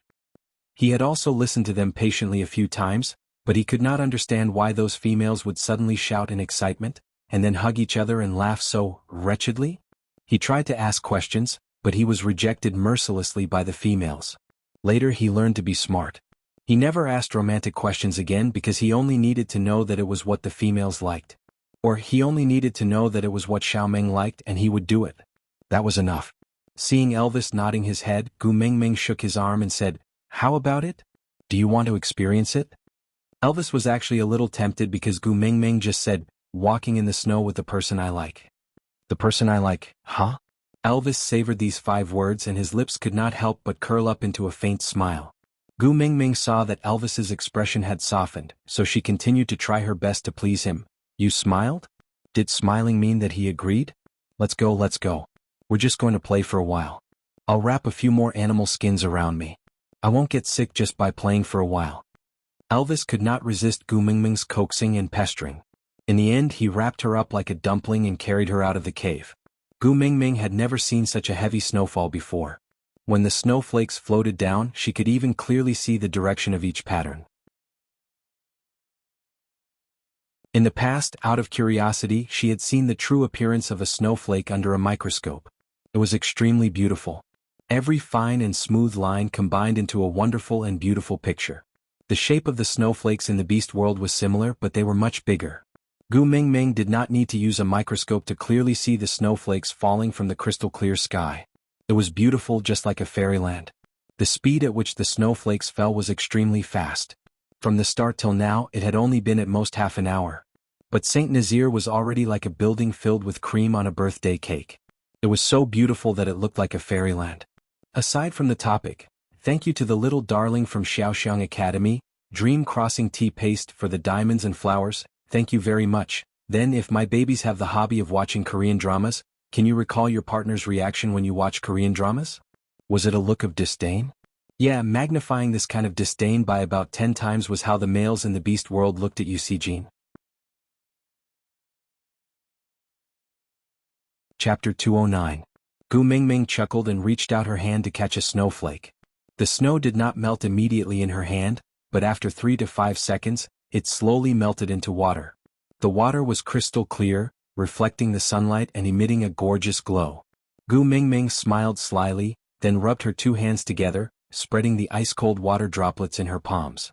Her palms became cold, then she placed her hands on Elvis's neck at lightning speed, waiting in surprise to see Elvis jumping up and down from the cold. However, when she looked up, she met Elvis's eyes that were focused on her. That pair of blue eyes only reflected her own image clearly. Other than her, everything else in this world seemed to be meaningless and pale. Gu Mingming was touched by his gaze and she retracted her hands, smiling awkwardly. Why aren't you afraid of the cold? It's really not fun. Elvis rubbed her little head, replying, I'm a wolf. With that, he carried Gu Mingming into the cave. Gu Mingming did not play enough and shamelessly said that she wanted to build a snowman and have a snowball fight. Elvis did not listen to her, saying that if they did not go back, the cave entrance would be sealed by the snow and they would not be able to go back even if they wanted to. Although Gu Mingming felt that it could not be that exaggerated, when she turned around she realized that the snow was getting heavier and heavier. The frequency of the falling snow was no longer like a beautiful song, but rather a terrifying aura. Gu Mingming did not make a fuss anymore and obediently nestled in Elvis's arms, entering the cave together. Elvis had already stored firewood in the cave. Leah had calculated that these firewood could last an entire winter, enough for Gu Mingming to keep warm and cook. Now that the weather had suddenly turned cold, it could be put to good use. Elvis took out the old clothes that Gu Mingming had worn in the past from the cave at the side and laid them on the ground, stacking them layer by layer to form a praying mat. Then he placed Gu Mingming on it and lifted the beast's skin that was stained with snow to roast it at the side. Then he used the dry beast skin to wrap her up again. All these actions were natural and practiced. Even Elvis himself was very surprised. It had only been a month, but he could already take care of Gu Mingming with ease. Elvis, how did you guys survive the winter when you didn't have a fire? Gu Mingming held onto a wooden cup filled with the hot water that Elvis had just passed to her. Elvis took some clean snow from the entrance of the cave and placed it into the stone pot to continue cooking while replying, lie in the cave and try not to move. Gu Mingming found it unbelievable and asked with a smile, do you wolves hibernate too? Elvis shook his head. I don't hibernate. Gu Mingming said, then why don't you guys make a bigger cave so that everyone can stay together and chat? The winter is long, how lonely it is to be alone. Elvis's hand paused for a moment before he replied slowly, if we gather together and lack food, it will be very hard for us to control our own primal instincts. We don't want to hurt our companions. Gu Mingming was taken aback. She thought for a while before she understood what Elvis meant. Under extreme hunger they might treat their companions as food. In order to prevent such a situation from happening, they would each spend the long and torturous winter in their own caves? Aside from the topic, thank you to Xiaoxiang Academy's little darling Yenran 520 for the flowers, also thank you to QQ Reading's little darling Xian for the 588 reading points. Then now that winter had started, it was time for Elvis and Gu Mingming to nurture their relationship. When the water temperature was about right, mating would be a matter of time. Then after mating the novel should be published. Chapter 210. A bomb exploded in Gu Mingming's head and she stood up abruptly. Oh no! Sandy. Elvis was shocked by her sudden action and he immediately pressed her back onto the beast skin praying mat in amusement. Although compared to the rainy season, the food during winter is much lesser. But compared to the previous years, this year's situation is already very good. So don't worry, Sandy's partner should be fine. Gu Mingming was anxious, but she could not break free from Elvis's embrace, so she could only scrunch up her face into a bun and say, "Who's worried about them? I'm just worried that they might eat Sandy up because they don't have enough to eat." "Ah, it must be so, that's why they fed Sandy till she became so fat. This stupid Sandy, still eating so much all day long, what should we do?" Elvis was stunned again and only realized what Gu Mingming was worried about after a while. He used his finger to knock on her forehead heavily. Seeing her holding her forehead in pain and glaring at him, Elvis then said helplessly, "I really want to know what exactly is in your little head?" Gu Mingming pouted, and to express her protest, she decided to ignore Elvis. Elvis sighed and gently removed her little hand that was covering her forehead. Then he used his large hand to cover the red mark on her forehead and continued with a pained and helpless tone, "Males will never hurt their own females. No matter how hungry they are, they will never treat their own females as food. On the contrary, they are highly likely to commit suicide when their females are hungry and they are unable to get any food, using themselves as food to prolong their female's life." Gu Mingming was stunned by his words. F******. Such a heavy taste? Eat her own husband. Said Sandy. Elvis held on to Gu Mingming's little hand and continued, "Sandy is a bear, she basically sleeps during winter and rarely eats anything. So in her cave, there has never been a precedent of a male being treated as food." Hearing Elvis's words, Gu Mingming heaved a sigh of relief. If she heard any terrifying news, she really did not know how she would face Sandy in the future. Thinking about this, Gu Mingming suddenly recalled something. She tilted her head and asked Elvis, "So, a while ago Barit said he wanted to come over to our place during winter out of the blue, it was because..." Elvis nodded and said, "I want to give him to you as reserve food." Gu Mingming felt stifled. How blind were the males in this beast world towards love. Elvis pulled Gu Mingming's chin and said with a straight face, "I rejected him because I feel that it's enough to have me as your reserve food." Gu Mingming waved her hands and said, Don't we have a lot of salted meat and fish to make? Don't we also have a lot of potatoes and sweet potatoes? There are so many things to eat. Can we not eat people? I really can't do such a hardcore thing." But Elvis replied calmly, "I am a wolf." Gu Mingming held her forehead, not knowing whether to laugh or cry. She had never seen a second person like Elvis who strongly recommended others to eat him up. Gu Mingming sighed and held on to Elvis's hands with both of her hands. She looked into his eyes seriously and replied, "No one would use their own husky to make dog meat hot pot, and no one would use their own wolf as reserve food. This is really not something humans would do. We have a lot of things to eat, can we not write our names on the menu?" Aside from the topic, thank you to the little darling Hamura from Xiaoxiang Academy for giving 2 comment votes, and thank you to the little darling Hanshi Jianlu from QQ Reading for tipping 100 reading points.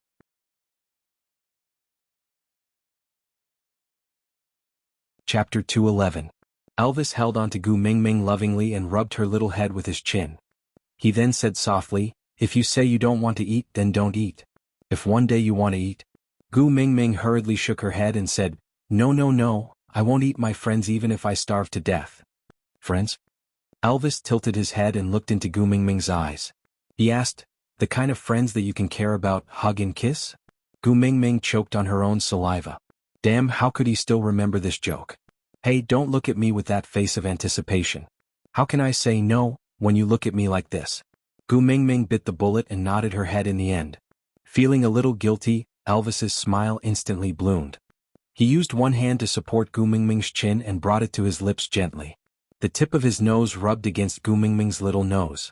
Elvis said with a slightly hoarse voice, "This day I have waited for so long." With that, he kissed Gu Mingming's lips deeply. Gu Mingming's brain was like Hiroshima after World War II. Her ears were filled with the echoes of the atomic bomb. Her brain was filled with paste and she could not form an accurate thought. She should have rejected him, right? She should have told him that she did not mean it that way. But towards Elvis's kiss she actually did not feel repulsed. Instead she even felt a little enjoyment. Gu Mingming slowly closed her eyes and allowed Elvis to do whatever he wanted from her mouth. Her brain could not think, but her heart had never thought through something so clearly before. After leaving Leah, she jumped across a lake out of hurt feelings and wanted to return to the modern world from there. This method obviously did not work, but she did not think of any other way to return. Instead, she started to bring everyone to marinate meat and find potatoes to prepare for winter. Initially, she thought she was just finding a reason to numb herself so that she would not face the pain of being heartbroken. But was it really like that? She was not a fool. How could she not know what kind of attitude Elvis was using to take care of her? She clearly knew how the beast world viewed relationships, but she still accepted Elvis's care with a clear conscience, didn't she? She knew that the mountains would be sealed by snow during the cold winter and she would be staying in the same cave with Elvis for the entire winter. It was highly possible that something would happen between them. Could she say that she did not expect it? Just like this kiss, was it a surprise? Accident. But she didn't dare to say that she had never looked forward to it. Gu Mingming slowly wrapped her arms around Elvis's neck and started to cater to his kiss. This small act rewarded Elvis, making him even more fearless. Elvis pushed Gu Mingming onto the ground and before her head hit the ground, he placed his hand under her head to prevent her from getting hurt. He let go of her moist and plump lips and turned to kiss her earlobe. His breathing was rapid and heavy against her ear, making her body restless. Gu Mingming could feel her body changing, but the last bit of rationality she had left made her ask a question. Even though it would spoil the mood, she knew she would regret it if she did not ask. Biting her lower lip, Gu Mingming asked in a voice that was close to a moan, "If I say I'm not willing to mate now, will you force me or leave me like Leah?" Out of topic. Thank you to Xiaoxiang Academy's little darling Wang Xing 99 for the flowers and comments.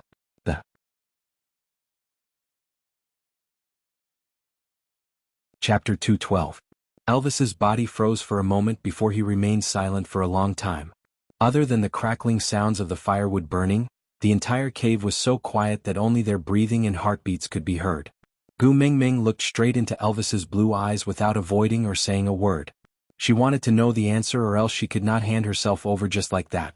Elvis took a deep breath and stood up from Gu Mingming's body with much difficulty.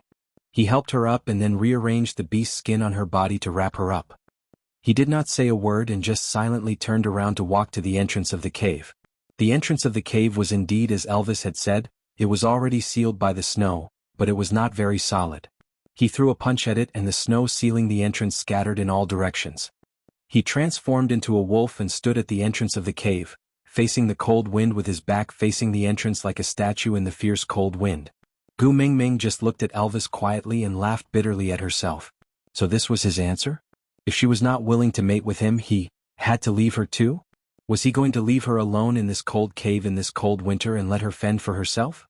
Gu Mingming wrapped the beast's skin tighter around herself and stared at the fire pit in front of her. Tears started to drip down her cheeks. She did not know why she was crying. She just felt extremely aggrieved and uncomfortable. "Why are you crying?" Elvis's voice rang above her head. He frowned and carried Gu Mingming up with a pained expression.